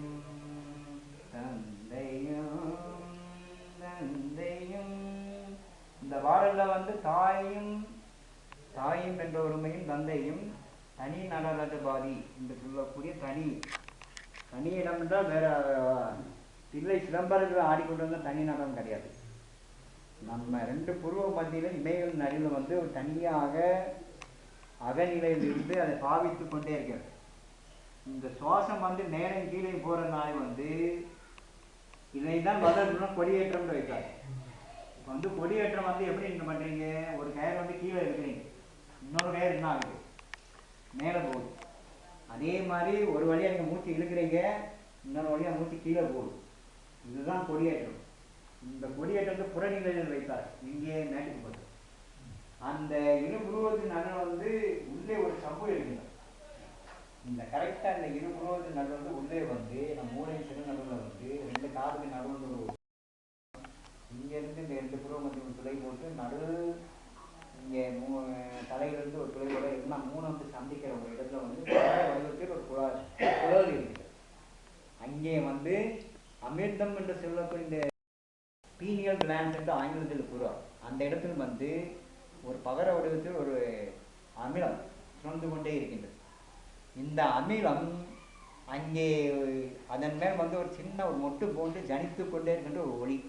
இந்த ஒளி தான் மனிதனை கடைசி வரைக்கும் காப்பாற்றுகிறது.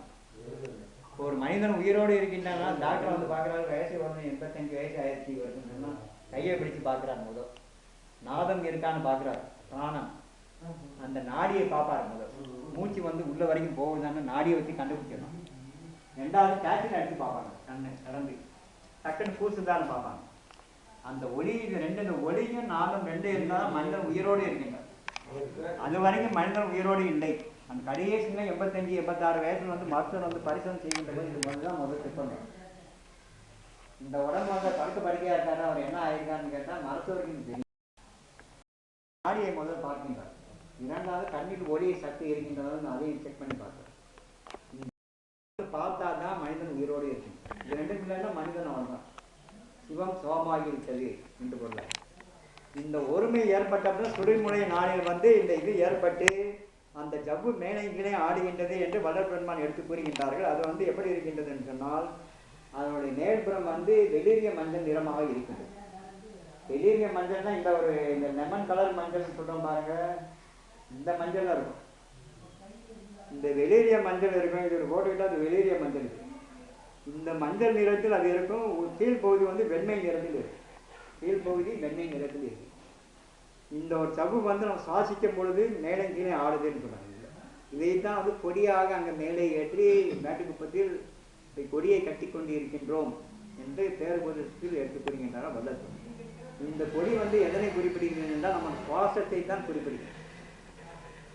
ஒவ்வொரு சுவாசம் போகும்போது சவ்வு வந்து மேலே கீழே ஆடுதான். அதுதான் கொடி மாறி புறத்தில் அமைத்திருக்கின்றன வல்லல் பெருமாள். இந்த கொடி வந்து எப்பொழுது அசையாமல் இருக்கின்றதோ அப்பொழுதுதான் மனிதன் வந்து ஓர்மையில் இருக்கின்றான். அது எப்படி? சூரிய கலை சந்திரக்கலை இந்த இரண்டும் சேர்ந்து இந்த பின்னாடி முழு நடுவில் ஒரு எலும்பு போகுது பாருங்க. நடுவில் தண்டுவடம் சொன்னது ஒரு எலும்பு போகுது பாருங்க. அது பேர் வந்து சுழுமுனை நாடின்னு. இந்த ரெண்டு நான் சொன்ன மாதிரி தங்கம் புறம் போட்ட மாதிரி ரெண்டும் சேர்ந்து அந்த காற்று அந்த எப்பொழுது தண்டுவடம் உள்ள சுழுமுனை நாடியோட மேலே ஏறுதோ அப்பொழுதுதான் ஓர்மை ஏற்படும். அது வரைக்கும் அந்த மனுஷனுக்கு ஓர்மையே ஏற்படாது.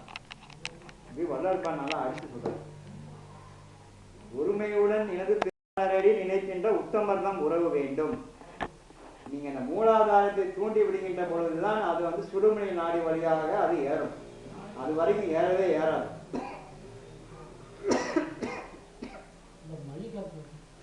சந்திர கலை ஆனாலும் சூரிய கலை ஆனாலும் என்ன, இந்த ரெண்டு கலையும் சமநிலைப்படுத்தி சுழுமணி நாடியில் யார் ஒருவர் மேலே எழுப்புகின்றானோ அவருக்கு தான் ஓர்மை ஏற்படும். அத்தகைய மனிதர்கள் தான் எனக்கு உறவு வேண்டும் சொல்லி இந்த வல்லர்கள் தான்.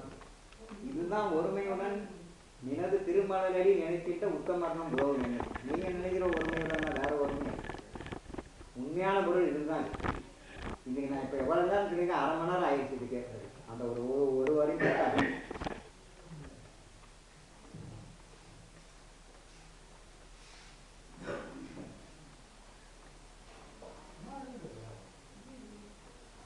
இதனால் வந்து உள் ஒன்று வைத்து புறம் ஒன்று பேச உறவு கலவாமை வேண்டும். அவர் சொன்ன மாதிரி வந்து உறவு வந்து அந்த மாதிரி ஆளுநரை வைத்துக் கொள்ளக்கூடாது.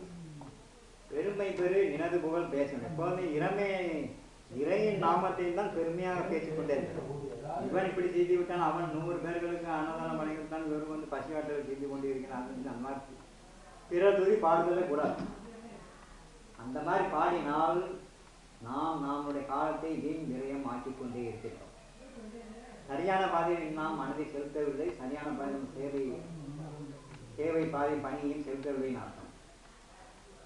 பெருமை பெரு நினைவு போல் பேச வேண்டும், பொய்மையை பேசாது இருக்க வேண்டும்.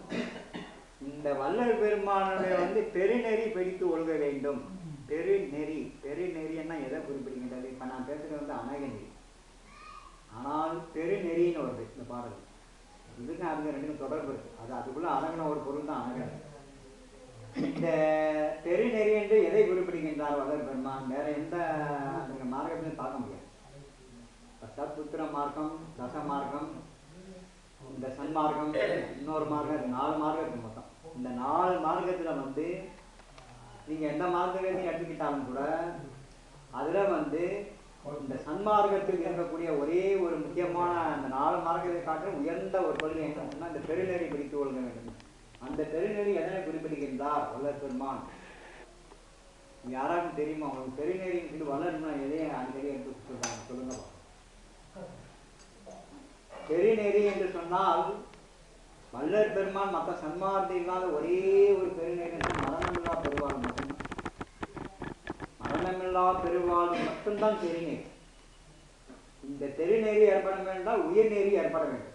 உயர்நெறி ஏற்பட வேண்டாம், மனம் இருக்கக்கூடாது. உள்ளத்தில் என்ன கட்டளை ஏற்படுகின்றதோ அதை எண்ணத்தில் ஏற்று செயல்படுகின்ற ஒரு நிலை வருகின்ற பொழுது மனம் அங்கு செயல்படாது. அப்பொழுது என்ன ஆகும்னு சொன்னா எண்ணமும் உள்ளமும் ஒருமை ஏற்படும். ஒருமை ஏற்பட்ட செயல் ரீதியாக வருகின்ற பொழுது உயிர் நெறியாக மாறுகின்றது. உயிர் நெறியாக மாறுகின்றது. இந்த உயிர் நெறியாக இருந்து கொண்டு ஜீவகாரணிய பணியை எப்பொழுதும் யார் செய்து கொண்டே இருக்கின்றார்களோ அவர்கள் தான் உண்மையான ஜீவகாரணியம். அதாவது பணி செய்து கொண்டே இருக்கின்ற பொழுது கூட இந்த இருபுருவ மத்தியில் வந்து அருட்பெரும் ஜோதியை நினைச்சிட்டு தான் இருக்குது. இப்போ வந்து நான் தர்மசாலையில் வேலை பண்ணுறேன்னு சொன்னால் அங்கே எல்லாம் சாமான்லாம் தச்சுட்டு எல்லாம் கடற்கடன்னு எடுத்து வச்சுன்னா எல்லாம் மனசு வந்து அற்பெருஞ்சதுன்னு சொல்லிட்டேன். மனசு வந்து அற்பெருஞ்சது. இங்கே திடீர்னு எஜமானி எத்தனை தட்டி இருக்கு எண்ணியான்னு சொன்னால் கூட அந்த அற்பெருஞ்சோதி என்ன சொன்னால் அன்பார்கள் இங்கே எடுத்தது கூட அப்பா எண்ணிடுவோமான்னு சொல்லி ஒரு பயம் வரும். அத்தகைய அக ஆற்றல் எப்பொழுதும் ஒரு நிலையில் இருந்து புற ஆற்றல் இருந்தால் செயல்படுகிறது. இந்த புற ஆற்றல் மனிதன் செயல்படுகின்ற எண்ண நிலையை நாம் அந்த நிலையை கொண்டு வருவதற்கு இத்தகைய உயர்ந்த பண்பாடு ஏற்படுகின்றது. அதுதான் பெருநெறி, மரணமில்லா பெருவாழ்வுன்னு. பொய்மை பேசாது இருக்க வேண்டும், பெருநெறி குறித்து ஒழுக வேண்டும், மதமானதை பிரியாது இருக்க வேண்டும். மனம் என்று சொல்லக்கூடிய மதம் என்று சொல்லக்கூடிய இந்த நெறி நம்ம மாற்றிக்கிறத கொள்ளக்கூடாது. மறுவூர் பெண்ணாசையை மறக்க வேண்டும். பெண்களை வெறுக்கக்கூடாது. இப்போ தாய்மார்கள் உட்காந்துருந்தா தாய்மார்கள் வெறுத்துட்டு போய் சன்னியாசம் செய்யறது பெரிய ஞானம். எனக்கு முக்தி வேண்டும், எனக்கு முக்தி வேண்டும், எனக்கு முக்தி வேண்டும் சொல்லி ஒரு 7 மலையை தாண்டி கொண்டு போய் தனியாக உட்காந்து தாவம் செய்கின்ற சிறந்த ஞானி கிடையாது. யார் ஒருவன் இந்த நாட்டில் இருந்து கொண்டு சேவை செய்து கொண்டே தங்கள் மனதை தூய்மைப்படுத்துகின்றானோ அவன் தான் உண்மையான சன்னியாசி. இருக்கின்ற மக்களை எல்லாம் வெறுத்து கொண்டு தனியாக தனியாக சென்று காட்டில் உட்கார்ந்து கொண்டு தவம் செய்துகின்றவன் சுயநலவாதியாக சிலர் கருதுகின்றான். அவன் தன்னையே தான் முன்னேற்றம் அடைவதற்கு ஒருமுனையாக செயல்படுகின்றான். ஆனால் மக்களையும் சேவை செய்து கொண்டே தன்னை பக்குவப்படுத்திக் கொள்கின்ற ஞானி தான் உண்மையான ஞானி என்று சுவாமி விவேகானந்தர் என்ன கூறுகின்றார், தாயமானவர்கள் தான் கூறியிருக்கின்றார்கள். ராமகிருஷ்ண பரமேஸ்வரன் தான் சொல்கிறார், வள்ளல் பெருமானும் இதைத்தான் கூறுகிறார். எனவே இந்த சமுதாயத்தை பார்த்து பயந்துட்டு தனியாக ஒரு மலையில் நின்று தியானம் செய்யக்கூடாது. பெண்கள் எல்லாம் வெறுத்தல் கூடாது. மறுவூர் பெண்ணாசையை மறக்கவே வேண்டும். பெண்களிடம் மேற்கொண்டுள்ள ஆசா பாசங்களை மட்டும்தான் வெறுக்க வேண்டும் என்பது பெண்களும் ஒரு மனிதர்களே என்று ஸ்மிருதியில் கூறப்படுகிறது. எங்கு ஒரு நாட்டில் தாய்மார்களை மதித்து உயர்நிலையில் வைத்திருக்கின்றார்களோ அந்த தேசம்தான் செல்வ செழிப்புடன் முன்னேறும் என்று ஸ்மிருதியிலே சொல்லியிருக்காங்க. அந்த காலத்துல வேத இதிகாசங்கள்ல ஸ்மிருதிகள் என்று சொல்லக்கூடிய அந்த இதுல தாரியம் சொல்றோம். ரிக் யஜுர் வேதம் சாம அதர்வம் 4 வேதங்களிலும் ஸ்மிருதிகள் கூறப்படுகின்றது. பெண்கள் எங்கு கண்ணியமாக நடத்தப்படுகின்றதோ அந்த தேசம்தான் செல்வ செழிப்புடன் இருக்கும். அமெரிக்கா போன நாடுல பெண்கள் தான் ஆண்கள் சமாங்க. அதனால அங்கே செல்வ செழிப்பு ஏகப்பட்டது இருக்கு. பெண்களுக்கு ஆண்களுக்கு சமமாக அங்கே உரிமை இருக்கு அமெரிக்கா. இந்தியாவில் அப்படி கிடையாது. இருந்தாலும் இந்தியாவில் அப்படி இருக்கணும்னு சொல்லி சுவாமி விவேகானந்தர் நிறைய புக்கள் எழுதியிருக்காரு. அதே வல்லல் பெருமான் பெண்களுக்கு சம உரிமை அளிக்க வேண்டும் சொல்றார். இறந்தவுடன் கணவர் இறந்தவுடன் தாலி இறக்குதல் கூடாது, இந்த பூ பொட்டெல்லாம் கழித்தல் கூடாதுன்னு சொல்லி எழுதியிருக்காரு. அதே மாதிரி இந்த காது குத்துதல் இதுக்கெல்லாம் அவர் சில விளக்கம் தந்திருக்கு. உன்னை மறவாது இருக்க வேண்டும், மதி வேண்டும், நின் கருணை நிதி வேண்டும். நின் கருணை நிதி வேண்டும் சொல்லக்கூடிய இந்த இடத்துல என்ன சொன்ன, அந்த கருணை என்று சொல்லக்கூடிய எழுத்து கா ரு நைன்னு வரும். இப்ப நீங்க அருட்பெரும் ஜோதிலாம் சொல்லுங்க, அந்த மந்திரம் சொல்லுங்க. அருட்பெரும் ஜோதி சொல்லுங்க. அருட்பெரும் ஜோதி, தனிப்பெரும் கருணை, அருட்பெரும் ஜோதி, அருட்பெரும் ஜோதி, அருட்பெரும் ஜோதி, தனிப்பெரும் கருணை, அருட்பெரும் ஜோதி, அருட்பெரும் ஜோதி, அருட்பெரும் ஜோதி, தனிப்பெரும் கருணை, அருட்பெரும் ஜோதி. சரி, இந்த மந்திரம் சொன்னாலே உங்களுக்கு என்ன ஏற்படுத்தி உடம்புல ஒரு அதிர்வு வைப்ரேஷன் ஏற்படுகிறதா? ஏற்படும். நான் சொல்றேன் பாருங்க. இந்த மகாமந்திரம் சொல்லக்கூடிய இந்த அருட்பெரும் ஜோதி என்ன சூத்திரம் இருக்கு, என்ன சக்தி இருக்குன்னு கேட்டா, அருட்பெரும் ஜோதின்னு சொல்லக்கூடிய அந்த சொல்ல முதல் எடுத்துக்கிறேங்க. முதல் எழுத்து என்னங்க சொல்லுங்க. அதை நீட்டிட்டா 2வது எழுத்து என்ன? ரூ வருது. பெரும்னு சொல்லக்கூடிய முதல் எழுத்தை நீக்கிட்டா பெரும்னு வருது இல்லையா? அதுல முதல் எழுத்தை நீக்கிட்டா ரூ தான் வருது. கருணைன்னு சொல்லக்கூடிய முதல் எழுத்தை நீக்கிட்டா ரூ தான் வருது. இப்படி எல்லா இடத்துலும் ருத்ராட்சர மந்திரம் சொல்லக்கூடிய அந்த ரூ அதை பொதிந்து வைத்திருக்கு. அது 2வது ஸ்தானத்தை பெறும். இங்க இந்த வல்லல் பெருமான் சொன்ன 8 2 7 முற்படி என்ன அட்டங்கின்ற அருளிய அருட்பெரும் ஜோதி. ஆனா 8, ஊனா 2, இது 2 சேர்த்தா 10 ஆயிரம். இந்த 2 10க்கு சேர்ந்தா அது ஒரு தனி எழுத்து இருக்கு, யான்னு ஒரு எழுத்து இருக்கு தமிழ். இந்த 2 8 2 2 டெக்னிக் இல்லை. இந்த ஆண் சொன்னா 8, அது ஆண் எழுதலாம். இப்போ நான் சொன்ன அந்த ரூ சொன்னேன் பாருங்க, ருத்ராட்சனா அந்த ரூன்னு அது பக்கத்தில் இல்லு சேர்த்துட்டா என்ன ஆகுது? அருள்னு ஆகிடும். இறைவனுடைய அருள் வந்து 8ம் 2ம் 7ம் முற்படி என்ன அட்டன் என்ற அருளி அருட்பென்று இதுக்காண்டி தான் சொல்றார். அதனால தான் அந்த ஒரு பாடல கட்டோடு காலத்தோடு வாழ்கின்றோம் என்று 8ம் 2ம் சேர்த்து அறியும் சொல்லி வருது. அந்த பித்துடையீரேன்னு 8ம் 2ம் சேர்த்து எண்ணமும் அறிவீர் பித்துடையீரேன்னு வருது. எப்பொழுது இந்த 8ம் 2ம் 2ம் சேர்த்து ஓர்மை ஏற்படவில்லையோ உங்களுக்கு வராது. எஞ்சான் உடம்புக்கு உடல் உயிர் 2 இந்த 2ம் ஐக்கியமாகி ஓர்மையில் ஏற்பட்டால் அஷ்டமா சித்தி என்று சொல்லக்கூடிய அனிமா கனிமா லகிமா என்று சொல்லக்கூடிய இந்த அஷ்டமா சித்திகள் ஏற்படும். இந்த அஷ்டமா சித்தியில் இருந்து இறைவன் போல் சாதா ஜெயித்து கொண்டே இருக்கின்றால் சமாதி நிலை ஏற்படும். சமாதி நிலை நீங்க சொல்றது வந்து செட்டப்பரை கொண்டு போய் அங்கே ஒரு சிம்ரு தளத்தில் வந்து அடுக்கிறது பேர் சமாதி கிடையாது. உண்மையான சமாதி என்பது பொருள் வந்து வேற ஒரு அர்த்தம். ஆன்மீக துறையில் சமாதி என்பதற்கு வந்து ஒரு நல்ல அர்த்தம் இருக்கின்றது. சமம் பிளஸ் ஆதிதான் சமாதி. இறைவன்பால் மனதை வந்து சமமாக வைத்திருக்கின்ற இந்த ஆதி நிலையில் கொண்டு போய் சமமாக்குகின்ற நிலைக்கு தான் சமம் பிளஸ் ஆதி சமாதி. ஆதியும் அந்தமும் இல்லை இறைவன் என்று சொல்லி மாணிக்கவாச சுவாமிகள் தான் பாடியிருக்கு. மாணிக்கவாச சுவாமிகள் கூட சிவபெருமானுடன் சென்று ஐக்கியமாகிட்டார். மனிதனுக்கு மனிதன் உபதேசம் செய்கின்றது வந்து திருக்குறள். இறைவன் மனிதனுக்கு உபதேசிக்கின்ற பொருள் வந்து என்ன சொல்லுங்க? பகவத்கீதை. மனிதன் இறைவனுக்கு உபதேசிக்கின்றது வந்து திருவாசகம். அதனால் இந்த நிலையில் இருக்கின்ற பொழுது வள்ளல் பெருமான் தனக்கு ஏற்பட்ட நிலையில் வந்து 6000 பாடல்கள் எழுதியிருக்கின்றார்கள். இந்த 6000 பாடல்கள் மகாமந்திரம் அமைக்கின்ற ருத்ராட்ச மந்திரம் சூச்சமாக அமைந்தது. பார்த்துக்கின்ற எவ்வளோ டெக்னிக்காக அமைச்சிருக்காரு பாருங்க. ஒவ்வொரு எழுத்து எழுதிட்டா ரூ தான் வருது.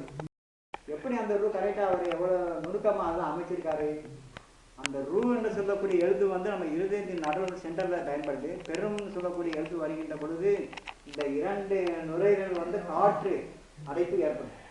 நீங்கள் என்ன சொல்லி பாருங்க, பெரும் சொன்னால் இந்த 2 நுரையீரலுக்கு வந்து காற்று போய் உள்ள அடைஞ்சிடும். அப்போ நீங்கள் இந்த அருட்பெரும் ஜோதி சொன்னா உங்களுக்கு தெரியாமே எல்லா இடத்துல வந்து இந்த வியாபகம் ஆகிடும். எது?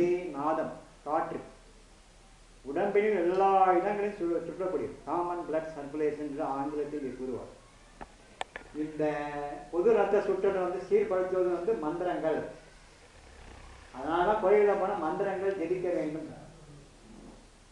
மதியது செம்மையானால் மந்திரம் ஜெபிக்க தேவையில்லை என்று சொல்றாங்க. அந்த அது என்ன சொல்லக்கூடியது எது? இன்னும் கேள்வி. மதியது செம்மையானால் மந்திரம் ஜெபிக்க தேவையில்லை. அந்த அது என்று சொல்லக்கூடியதுதான் மனம். அந்த மனம் வந்து தூய்மை ஏற்படுகின்ற பொழுது மந்திரங்களை ஜெபிக்க தேவையில்லை. இந்த உதடு நாக்கில் ஒன்று ஆசையான போன்னு சொல்லி கொண்டே இருக்கோம். அது வந்து உள்ள அடக்கம் இருக்கு. ஒரு மனிதன் வந்து 2 மாசமா சாப்பிடாம இருக்க முடியுமாயா? முடியாது. ஆனா சாப்பிடாம இருக்காங்க. உங்க கண்ணு எதுக்கவே இருக்கான். தண்ணி கொடுத்தாலும் சாப்பிட மாட்டாங்க. இது கொடுத்தாலும் சாப்பிட மாட்டாங்க. எத்தி வீசி போடணும். வேற யாரும் கிடையாது. பைத்தியக்காரன். ரோட்ல பைத்தியக்காரன் இருக்கான், பார்த்துருக்கீங்கல்ல? அவன் ஏதாவது சாப்பிட்றான், நான் சாப்பிட மாட்டான். கொடுக்குற உணவுகள்லாம் தூக்கி வீசி போட்டோம். பின்னே படுத்துக்கிட்டே இருக்கான். அவனுக்கு எப்படி அந்த ஆற்றல் சக்தி கிடைச்சிது? அது வந்து உடம்புல வந்து இயற்கையாகவே ஆண்டவன் வந்து ஒரு இந்த ஆற்றல் சக்தி கொடுத்துருக்குங்க. அது மூளையில தான் இருக்கு. அந்த மூளையில வந்து குழம்பிய நிலையில் இருக்கின்ற பொழுதுதான் இந்த பைத்தியக்காரன் வந்து சாப்பிடாம இருக்கின்ற ஆற்றல் சக்தி கிடைக்குது. ஆனால் அது வந்து விழிப்பு நிலையில் அந்த ஆற்றல் சக்தி கொண்டு வரதான் ஞானி.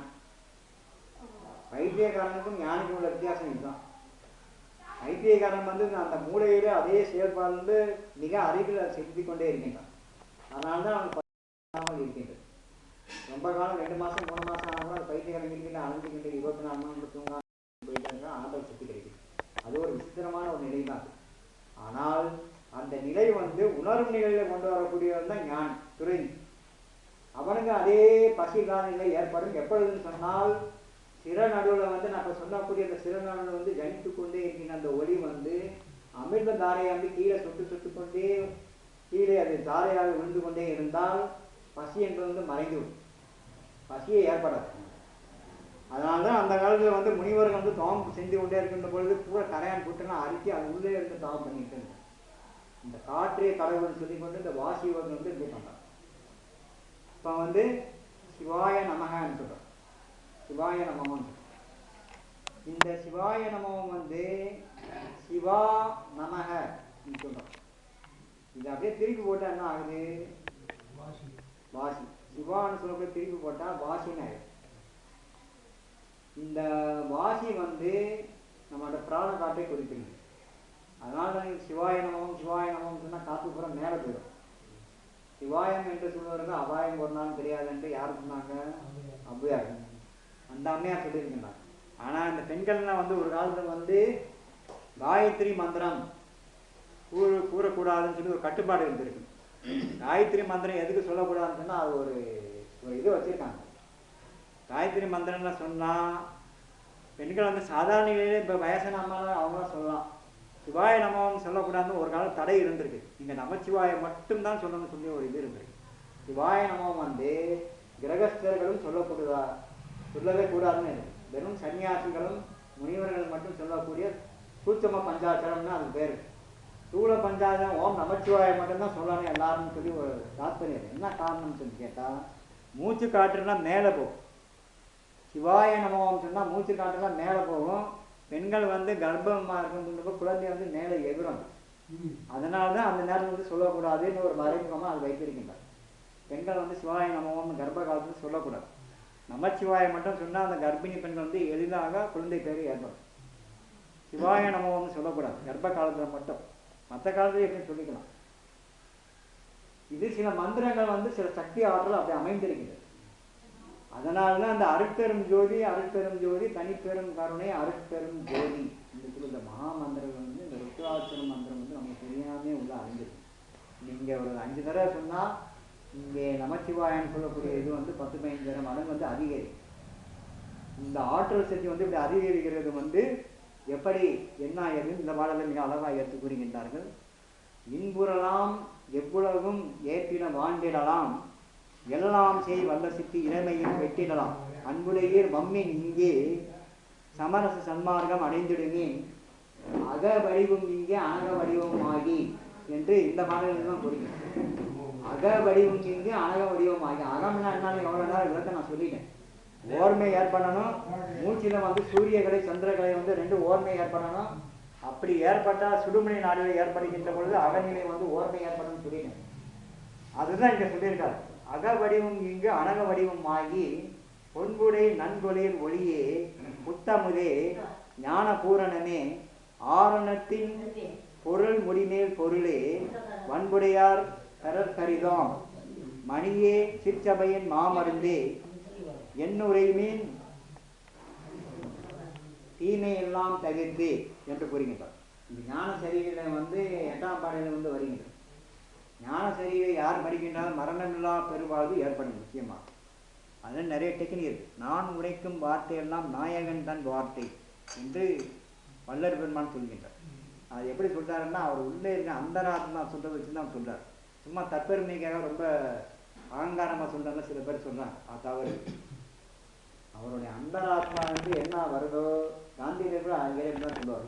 வேறவர்கள் இவங்க அவங்க சொல்லி பாராம செய்யணும் சொல்லி சொல்லிடுவாங்க. ஆனால் வந்து தியானம் உட்காந்து அந்தராத்மா கேட்டே இருப்பாங்க. அது திடீர்னு ஒரு முடிவு சொல்லணும். சொன்னப்பறம் அதன் பிறகு தான் காந்தியில் நடப்பாங்க. சத்தியகிரக போராட்டம் அப்படின்னு பண்ணியிருக்காங்க. அதே மாதிரி அந்த அந்தராத்மாவில் வந்து எழக்கூடியதுதான் நான் உழைக்கும் வார்த்தை தான் நாயகன் தன் வார்த்தை என்று சொன்னார். அதுதான் இங்கே சொல்லியிருக்கின்றாரு. இன்புறலாம் எப்பொழுதும் வந்து நல்ல இன்ப நிலையில இருக்கலாம். சச்சிதானந்தம் சச்சிதானந்த நிலையில இருக்கலாம். எவ்வளவும் கேட்குங்க. யார் ஒருவன் வந்து இன்பகரமாக இருக்கின்றார்களோ வந்து ஏதாவது குடும்பத்தில் வந்து இது அல்ல அது இல்லை கஷ்டம் சொன்னால் வந்து எல்லாருக்கும் வந்து எல்லா நிலையும் ஏற்படுத்தி யார் சிந்தம் போது இருக்கணும் அவர்களும் பாதி துன்பம் போயிடும். இது இப்படி ஆயிடுச்சு. மகன் வந்து மாமியார் கடைக்கிட்டா அதுங்க வந்து உட்காந்துருக்கு. மகன் வேலை தானே அவனுக்கு வந்து உட்காந்துருக்கேன் தலையில் வந்து விழுந்துருக்கு. அங்கலாய்த்து கொண்டே இருந்தால் இருக்கிற துன்பம் அதிகமாயிடும். இதை வந்து ஒரு முனிவரை வந்து இந்த இடைக்காட்டார் சித்தர்னு சொல்லக்கூடிய ஒரு முனிவர்கிட்ட வந்து ஒரு சீடர் வந்தாங்க. ஐயா இறைவனோட எப்படி வேண்டும்னு கேட்டார். அங்கே யாரும் கேட்டார். அந்த சிட்டுப்பிள்ளையார் மாதிரி உட்கார்ந்துருக்காரு பாருங்க. அந்த நதிகள் அங்கே போய் பின்னாடி தான் அந்த ஆனந்துக்கு பின்னாடி போய் உட்கார்ந்து எல்லாம் புரிஞ்சுன்னு போய் அவனுக்கு போய் இடைக்காட்டு சித்தர் மாதிரி நல்லா சமாட்டம் போட்டு உட்காந்துருக்கான். ஒரு சீடர் வந்தான். அங்கே ஒருத்தர் வேண்டிய ஒரு பக்தர் வந்தவர் தான் விநாயகர். என்ன விநாயகர் பெருமானே, எப்போ பார்த்தாலும் மழை பெஞ்சுக்கிட்டே இருக்குது. நான் வந்து இந்த மண்ணாத்தி வேலை பண்ணுறேன், துணியெல்லாம் எப்போ காய வந்து நான் எப்போ செலவு செஞ்சு எப்போ நான் போட்டு எப்போ இது பண்ணுறேன், மழையை நிப்பாட்டுன்னு சொல்லிட்டு போயிட்டாங்க. இது கேட்டுக்கிட்டே இருந்தாங்க. பின்னாடி வந்துட்டு இன்னொரு ஆள் வந்தார். ஐயா விநாயகர் பெருமானே, மூசிய கணபதி ஏகாந்தாய சொல்லி சொன்னார். லம்போதராய விகடாய விகினராஜாய தூமகேதுவே நமக்கு அதுன்னு சொல்லி வரிசையாக அந்த 16 இதுன்னு சொன்னார். சொல்லி விநாயகர் பெருமானே, நீங்கள் வந்து எனக்கு இப்போ வந்து நான் ஒரு விவசாயி, எனக்கு நல்ல மழை பெய்யணும். வந்து கேட்டுட்டு போனேன் விநாயகர்கிட்ட. என்ன கேட்டார்? நல்ல வெயில் அடிக்கணும்னு சொன்னார். அப்போ தான் துணியெல்லாம் காஞ்சி நான் செலவு தொழில் செய்கிறதுக்கு கரெக்டாக இருந்தேன். 2வது வந்த ஆள் என்ன பண்ணார்? நான் விவசாயம் நல்ல மழை பெய்யணும்னு சொன்னார். ஆக தலையை தெரிஞ்சுக்கிட்டாங்க பின்னாடி. வந்து கேட்டேன் வெயில் அடிக்கணும்னு சொல்லிட்டேன். 2வது வந்து கேட்டேன் வந்து மழை பெய்யணும். இந்த 2க்கு நடுவில் இருந்து பிள்ளையார் யாருக்கு வரம் தருவார்? இது எப்படி இருக்கு பாருங்க. 3வது ஒரு ஆள் வந்தாங்க. விநாயகர் பெருமானே, நல்ல வெயில் அடிக்கணும், நல்ல மழை பெய்யும், 2 மாறி மாறி பெய்யும். அப்போ தான் மண்ணில் நிறைய வியாதி வரணும். என் மருந்து கடையில் இருக்க மருந்து பூரா தீர்ந்து போய் நான் கோடீஸ்வரன். எப்படி இருக்கு அவருடைய ஆசை எப்படி இருக்கு. இப்படி 3வது விதத்தில் கேட்டோம்னா இவனுக்கு கோபம் வந்து யாரும் மனிதர்கள்லாம் நோய்வாய்ப்பட்டு இவன் கோடீஸ்வரன் ஆகும்னு கேட்குறாங்க. சரி, அப்பயும் பல்ல கடிச்சிட்டு அமைஞ்சிருங்க. இதெல்லாம் கேட்டுட்டு போய் இறைகாட்டேஸ்வரர்கிட்ட சொன்னார். அவர் சொன்னார், பார்த்தியா மனிதர்கள் வந்து இறைவனை எப்படி கேட்குறான், இறைவன் எந்த இடத்துல எப்படி அருள் தருவாங்க, எவ்வளோ சிக்கல் இருக்குது பார்த்தியா.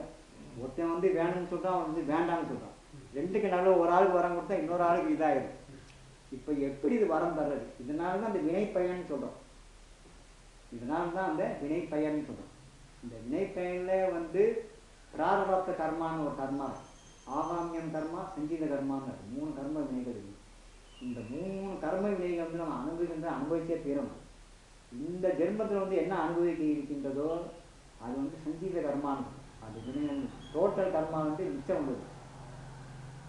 இப்போ நீங்கள் செஞ்சுட்டே இருக்கீங்களா ஆகாமியம்னு சொல்கிறது. இப்போ நல்லா நல்வினைகளும் செய்றீங்க பாருங்கள், அது வந்து ஆகாமியம்.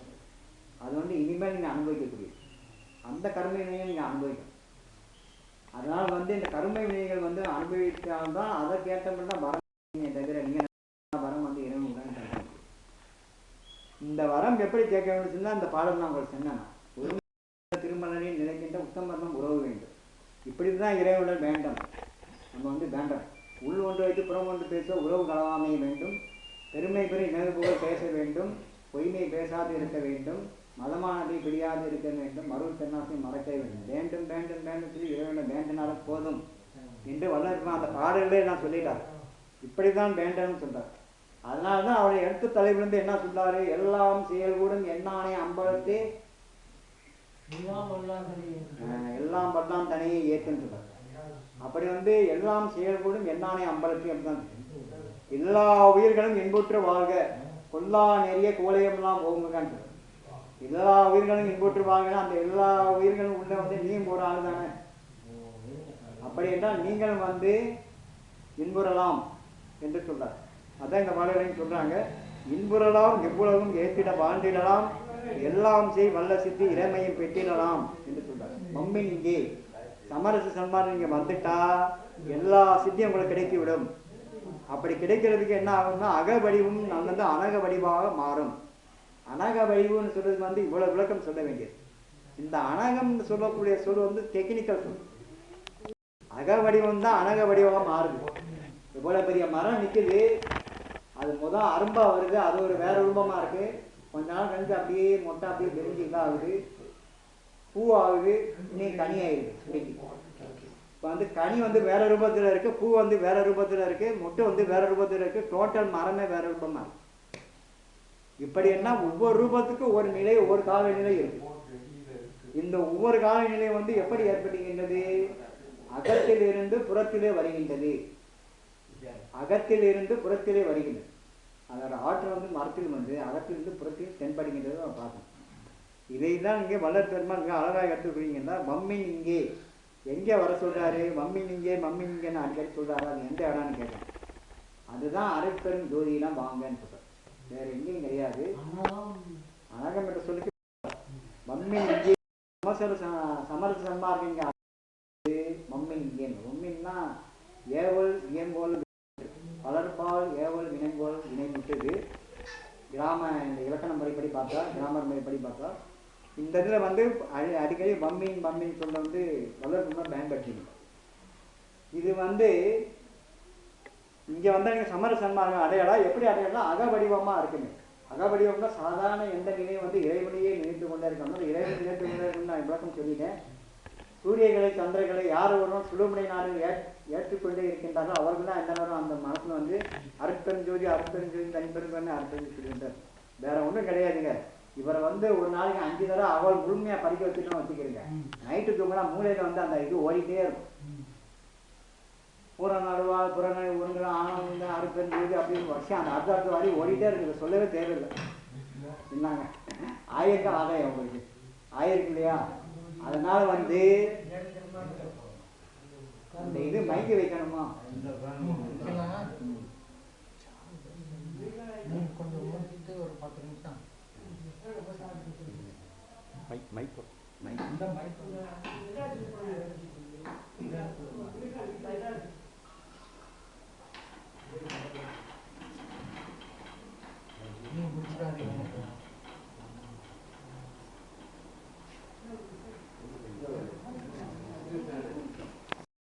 பொம்மை இங்கே என்று வளர் பெருமான் அவர்கள் இதை எடுத்துக் கூறுகின்றார். பொம்மை இங்கே என்று சொன்னால் அருட்பெரும் ஜோதிடம் வந்து இங்கே வாருங்கள் என்று எடுத்துக் கூறுகின்றார். இந்த அருட்பெரும் ஜோதிடம் இங்கே வந்தால் சமரச சன்மார்க்கம் இதன் உங்கள் மனம் வந்து சமரசம் ஏற்படும். சமரசம் ஏற்பட்டாலே அக வடிவம் வந்து அந்த அமுத வடிவமாக செயல்படுகின்ற ஒரு நிலைக்கு கொண்டு வரும். அக வடிவம் வந்து தூய்மை ஏற்படும். தூய்மை ஏற்படுவதற்கு ஒருமை வேண்டும். ஒருமையுடன் நிலை போக வேண்டும். அந்த ஒருமை ஏற்படுவதற்கு சூரியக்கலை சந்திரக்கலை இரண்டும் வந்து ஒன்றாக செயல்பட்டு சுழுமுனை நாளில் ஏற்றுகின்ற பொழுது ஓர்மை ஏற்படும் என்று கூறினேன். சமாதி என்ற சொல்லுக்கு வந்து சமம் பிளஸ் ஆதி, ஆதியில் சென்று அடையக்கூடிய அந்த நிலை பக்குவம் இருந்தது சமாதி. நீங்க நிலையுள்ள சமாதி கிடையாது. சமரசம் ஏற்பட வேண்டும் என்றால் 98.4 பாரன்ஹீட் இருக்கணும். அப்பதான் சமம் வந்து இந்த உடம்புல ஓடக்கூடிய அந்த ரத்தம் வந்து ரசம் வந்து அதனுடைய வெப்பநிலை வந்து 98.4 பாரன்ஹீட் சமமாக இருக்கு. அப்பொழுதுதான் உடம்பு வந்து சமரச நிலை ஏற்படுகிறது. இந்த சமரச நிலை ஏற்படுகின்ற பொழுது அவன் தூய்மை ஏற்படுகிறான். அது பேர் வந்து அக வடிவம். அந்த அக வடிவத்திலே இருந்து அனக வடிவமாக மாறுகின்றது பேர் தான் அனக வடிவம் என்று சொல்லக்கூடிய அந்த டெக்னிக்கல் வேர்ட்ஸுக்கு விளக்கம் என்ன சொன்னா அன் பிளஸ் அகம். அன் பிளஸ் அகம். இந்த அக வடிவம் சொல்றதுதான் இவ்வளவு விளக்கம் நான் சொல்லி அந்த அக வடிவம் வர வேண்டியது. இந்திரிய ஒழுக்கம், கரண ஒழுக்கம், ஜீவ ஒழுக்கம், ஆன்ம ஒழுக்கம்.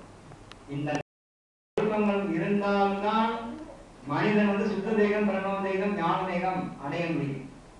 அப்பொழுது அக வடிவம் வந்து அவன் பெற முடியும். அந்த அக வடிவமே அவன் பொன்னொழிவாக ஒளிவுடமாக மாறுகின்ற பொழுது அனகமாக இருந்தாலும் ஒளிவிடுங்க.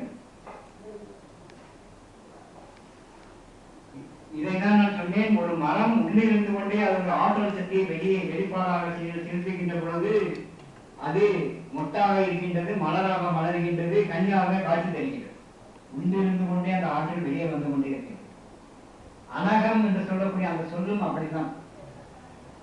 அன் பிளஸ் அகம். அன் என்றால் அகத்தில் உள்ளே இருக்கின்ற ஒரு உள்தன்மை.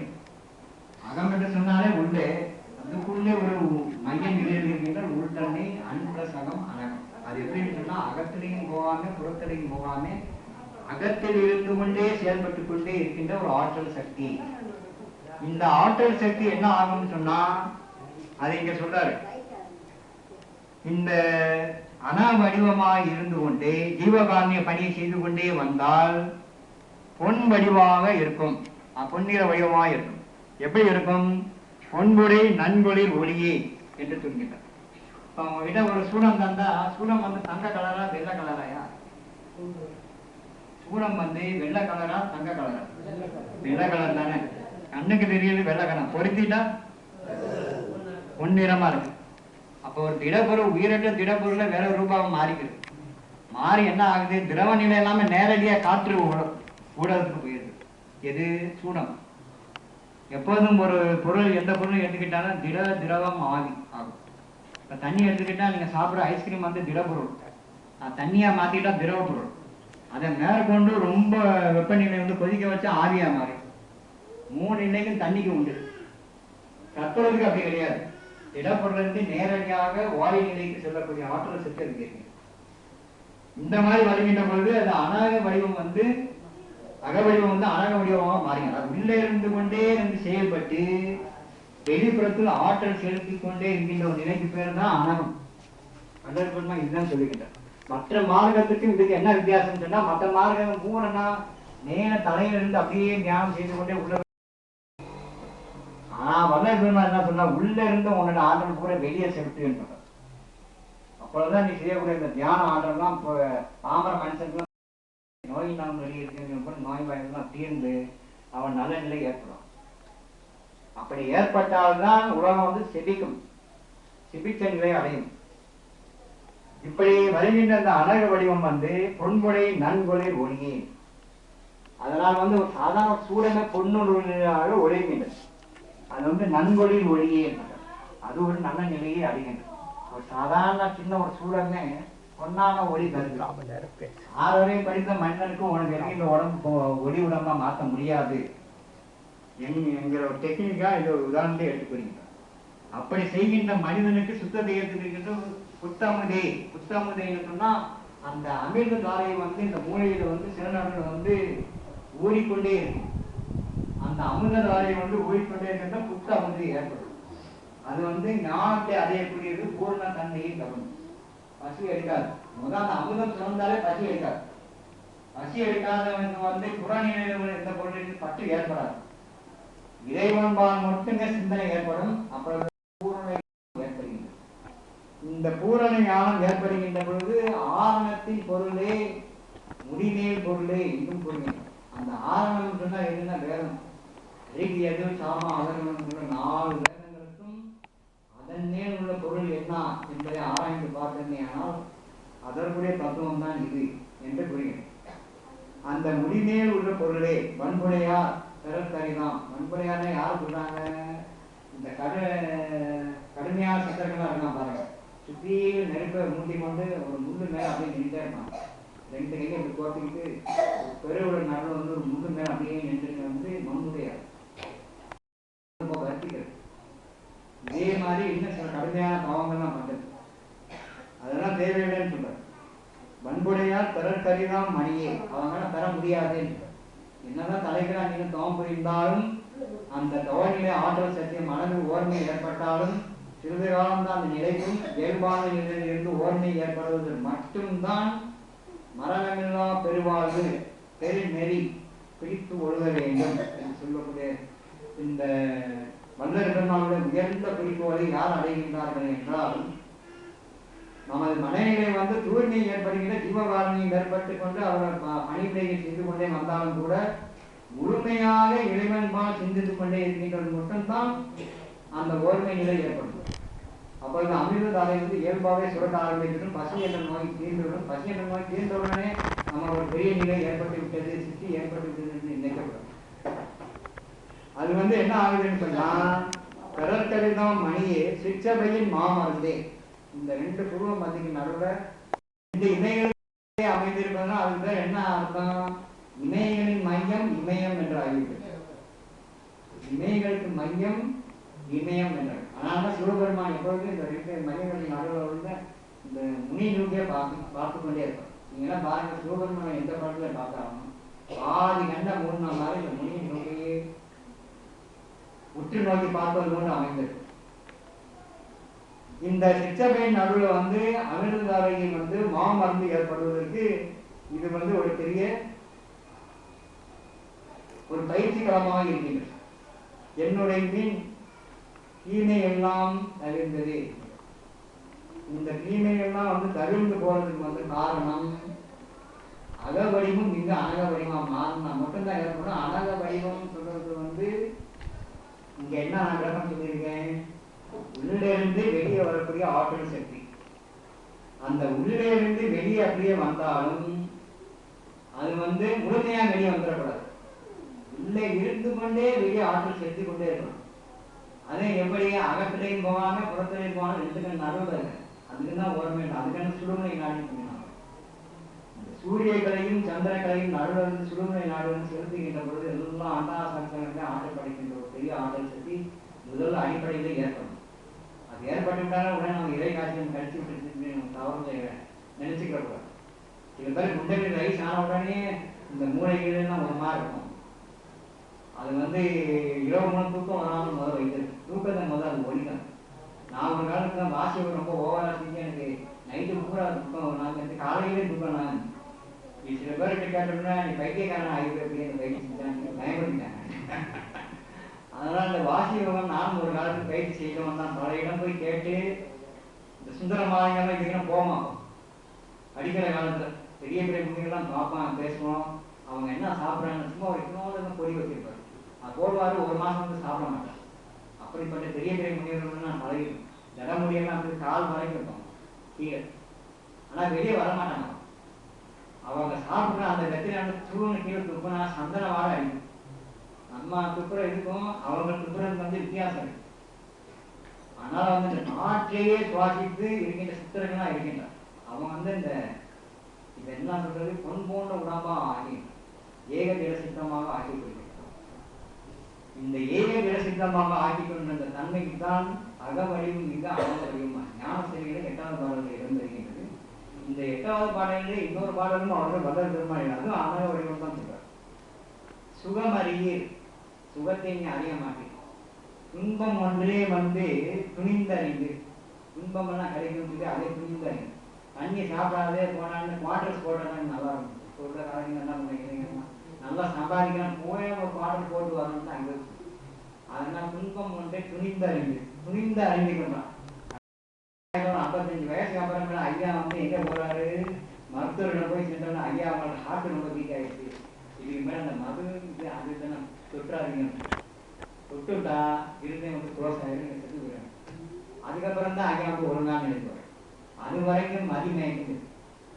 இந்த மதிமயக்கம்லாம் போகணும்னு சொன்னா இந்த மாதிரி நம்ம ஐயா கிருஷ்ணமூர்த்தி ஐயா நடத்துற மாதிரி சச்சகத்திலே இந்த மாதிரி ஆன்மீக நிகழ்ச்சியில கலந்து கொண்டாதான் இது ஒரு உங்களுக்கு வகுப்பறையா இருக்கும், பயிற்சியறையாக இருக்கும். மனதை ஒரு நிலையில் சேர்க்கக்கூடிய ஆற்றல் சக்தி ஏற்படும். ஏற்கனவே இருக்கின்ற வியாதிகள்லாம் தூக்கி வீசி எறியக்கூடிய ஆற்றல் சக்தி ஆன்டிபயாட்டிக்ஸ் ஏற்படும். என்ன நான் சொல்லல, சுவாமி விவேகானந்தர் சொல்லியிருக்கின்றாரு, வல்லல் பெருமானும் தட்டில் எடுத்துக்கொண்டு இருக்கின்றார்கள், ராமகிருஷ்ண பரமஹம்சரும் சொல்கின்றார்கள், தாயுமானவரும் இதை எடுத்துக்கொள்கிறார்.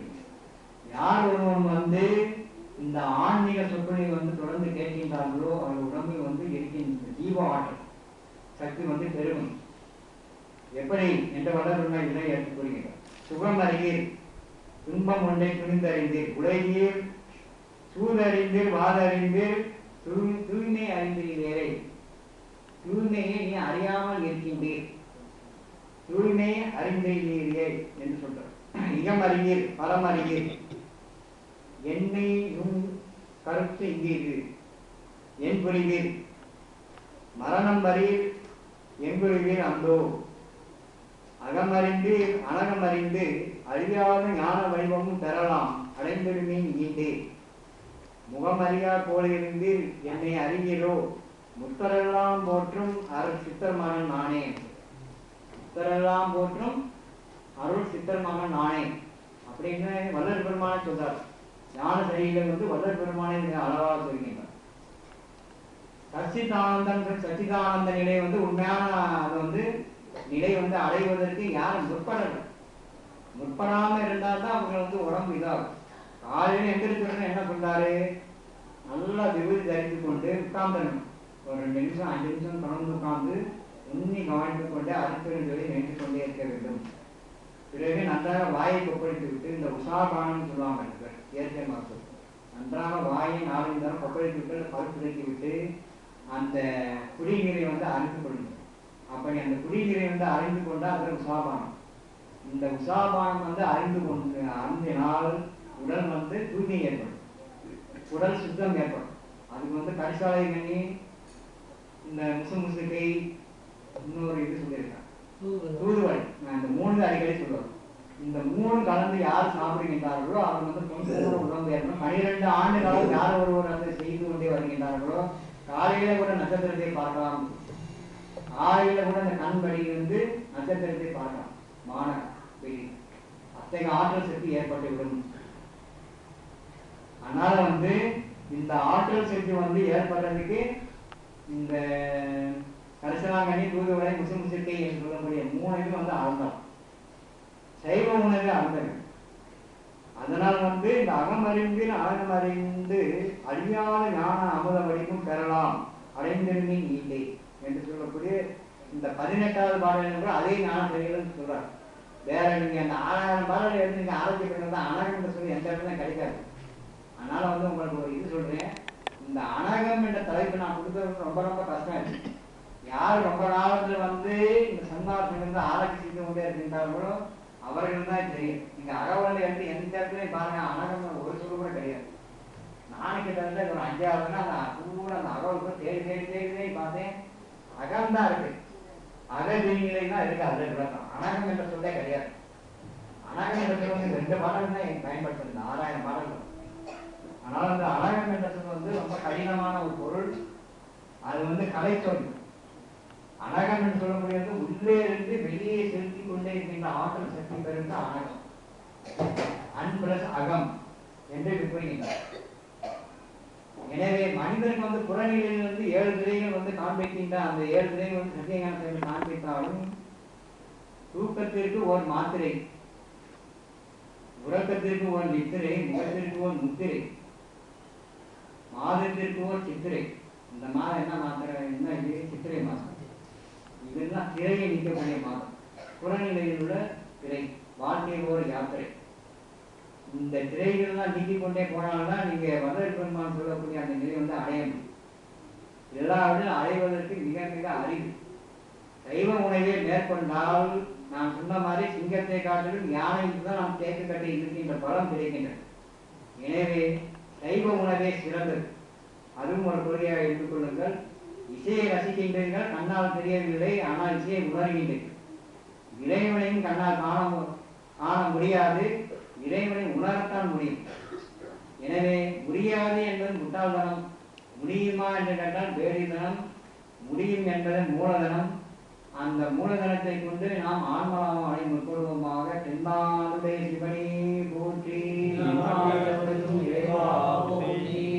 அருட்பெரும் ஜோதி, அருட்பெரும் ஜோதி, தனிப்பெரும் கருணை, அருட்பெரும் ஜோதி, எல்லா உயிரும் குற்றுவாக பொருளாதாரம் உதயமாகும்.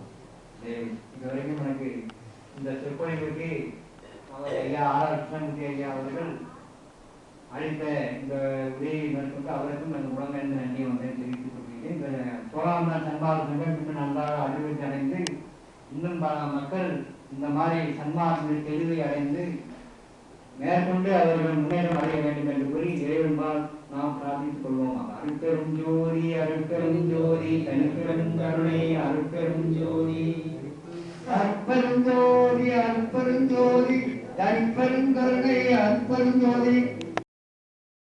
சுமார் 1 மணி நேரம் ஐயா சங்கரானந்தம் அவர்கள் வள்ளலாரின் அழகுநெறி எனும் தளத்தில் சிறப்பாக சொற்பொழிவாற்றினார். அதுவும் 1 மணி நேரம் கரண்ட் இல்லாமல் எங்களுக்கு சொற்பொழிவாற்றியதற்கு ரொம்ப நாங்கள் அவருக்கு ரொம்ப சொல்லித்தருகிறோம். அடுத்தபடியாக அவருக்கு எங்களது சங்க செயலாளர் பாடிமுத்து அவர்கள் இந்த ஆடையை போட்டு கோரிக்கை மறக்க சொல்லுங்கள். அதன் பிற்பாடு மதுரை மாவட்ட துணை வட்ட ஆட்சியாளர் அவர்கள் பணி ஓய்வு வள்ளலார் பற்றி உங்களுக்கு வெளிநாட்டினுடைய அனுபவத்தை பற்றி, அதாவது குழுங்குள சாவச்சேரி ஊரில் வெளிநாட்டுக்காரங்க ஒருத்தர் செஞ்சிருக்காரு, நம்ம தமிழ்நாட்டுக்காரரு. அதை பற்றி சில சொற்பொழிவார்கள் ஒரு 1/2 மணி நேரம். எல்லாரும் வெளியூர் அன்பர்களும் உள்ளூர் அன்பர்களும் அதெல்லாம் கேட்கணும். எனக்கு கொடுத்து வைக்க வாய்ப்பு கிடைக்கல. நானும் 2 தடவை அவர் ஐயாட்டமும் கேட்டேன். வாங்க வாங்கினாரு. கடைசியில் எனக்கு வாய்ப்பு கிடைக்காம இதுக்காகவே பாஸ்போர்ட்டெல்லாம் நான் எடுத்து வச்சேன். மதுரை மாவட்டத்தில் நம்ம அன்பார்ந்த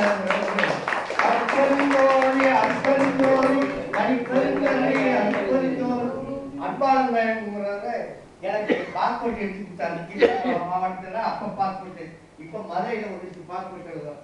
இன்னமும் நான் போறதுக்கு துரிச்சுக்கிறதுக்கு எனக்கு கூப்பிடல ஐயா, அங்க சாவச்சேரி வாயான்னு சொல்லி என்னை கூப்பிடுற மாதிரி இல்லை. அதனால நான் அடுத்த வடவுமே நான் போய்கிட்டு இருக்கேன். ஏதோ ஐயாவுக்கு காரணம் இந்த 1 வருஷமே இருக்கு அந்த பாஸ்போர்ட் கட்டாயம். அதுக்குள்ளேயாவது அந்த சாவச்சேரியை போய் எல்லாரும் பார்த்த மாதிரி நானும் பார்க்கறது ஒரு அனுபவம் ஆசை இருக்கு. ஏதோ ஐயாவுங்க எனக்கு மனசு வச்சு கலெக்டர் ஐயா என்னை கூட்டிகிட்டு போகுமாறு உங்கள் முன்பாகவே அவர்கிட்ட நான் வேண்டி விரும்புகிறேன்.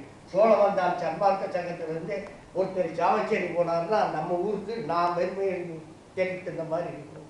ஆகவே அடுத்தபடியாக அவரை சில சொற்பொழிகள் ஒரு 1/4 மணி நேரம் ஐயா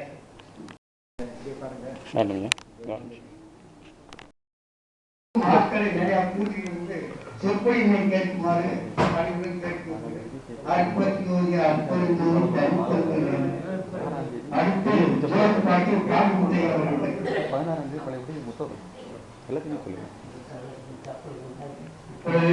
சன்மான நண்பர்களுக்கு நமது மதுரை மாவட்ட சன்மானத்திலிருந்து ஒரு முக்கிய அறிவிப்பு.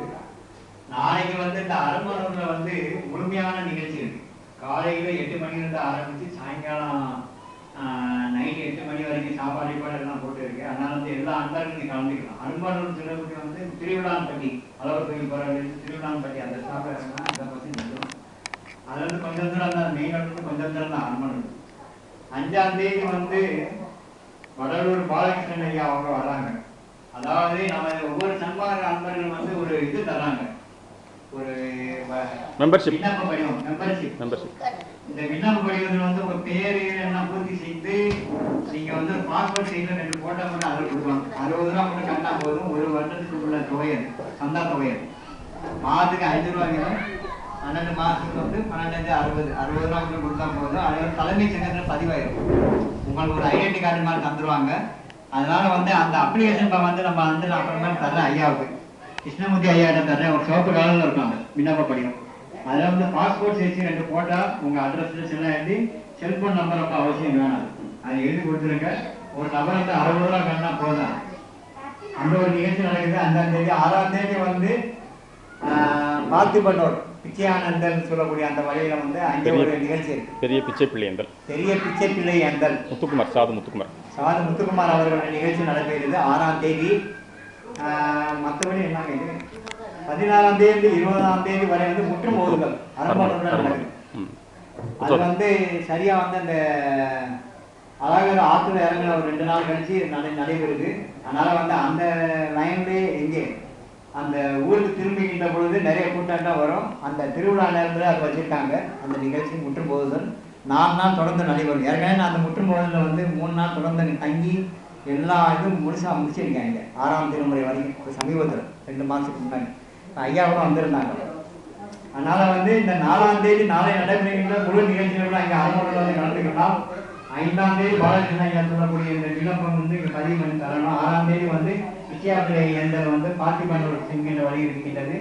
16, 17, 18, 19, 24 தேதியில அரண்மனையில் எல்லா 6000 பாடங்களும் முற்றும் போதல் நடைபெறுகின்றன. முற்றும் போதல் கலந்துக்கிட்டாதான் உங்களுக்கு வல்லற்பனோட 6000 பாடம் பார்வதற்கு ஒரு ஜோதி ஜுயம் ஜோதி ஜோதி ஜோதி பரம் ஜோதி ஜோதி ஜோதி அருள் ஜோதி ஜோதி ஜோதி சிவம் வாம ஜோதி சோம ஜோதி வான ஜோதி ஞான ஜோதி மாக ஜோதி யோக ஜோதி வாத ஜோதி நாத ஜோதி ஏம ஜோதி வியம ஜோதி ஏக ஜோதி ஏக ஜோதி ஏக ஜோதி ஏக ஜோதி ஏக ஜோதி ஏக ஜோதி ஆதிநீதி வேதனை ஆடலீடு பாடனை ஆதிஞான போதனை வாழ்க வாழ்க நாதனை அல்பெரும் ஜோதி அல்பெரும் ஜோதி தனிப்பெரும் கருணை அல்பெரும் ஜோதி நல்ல மலரடி வாழ்க வாழ்க சத்குருநாதா சத்குருநாதா சன்மார்க்க சங்கம் தலைக்க அருள்தாதா குற்றம் புரிதல் எமக்கு இயல்பே குணமாய் உள்ளல் உமக்கு இயல்பே சிற்றம்பலவாய் இனிச்சியேன் செப்பும் முகமன் யாதுரவே சிற்றந்தனை சிந்தையனை தெளிவுக்கு அச்சம் பேசிட்டு இச்சை பொழுதே அருள் ஜோதி இங்கே தருணம் இதுவாமே வாழியநாதவன் வாழியை கோணல் வாழியநாதன் மலர்பந்தங்கள் வாழியை சுத்த சன்மார்க்க பெருநெறி மாணவர்கள் வாணி யோயம் வானமும் மற்றும் வாழியவே அருட்பெரும் ஜோதி அருட்பெரும்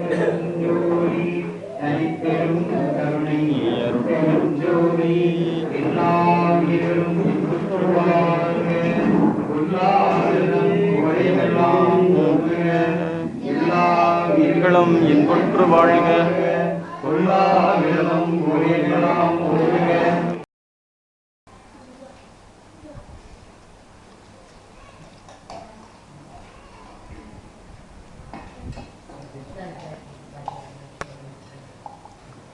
இந்த வெயில் காலத்துக்கு இது தயிர் சாதம் நல்லா இருக்கும் போல.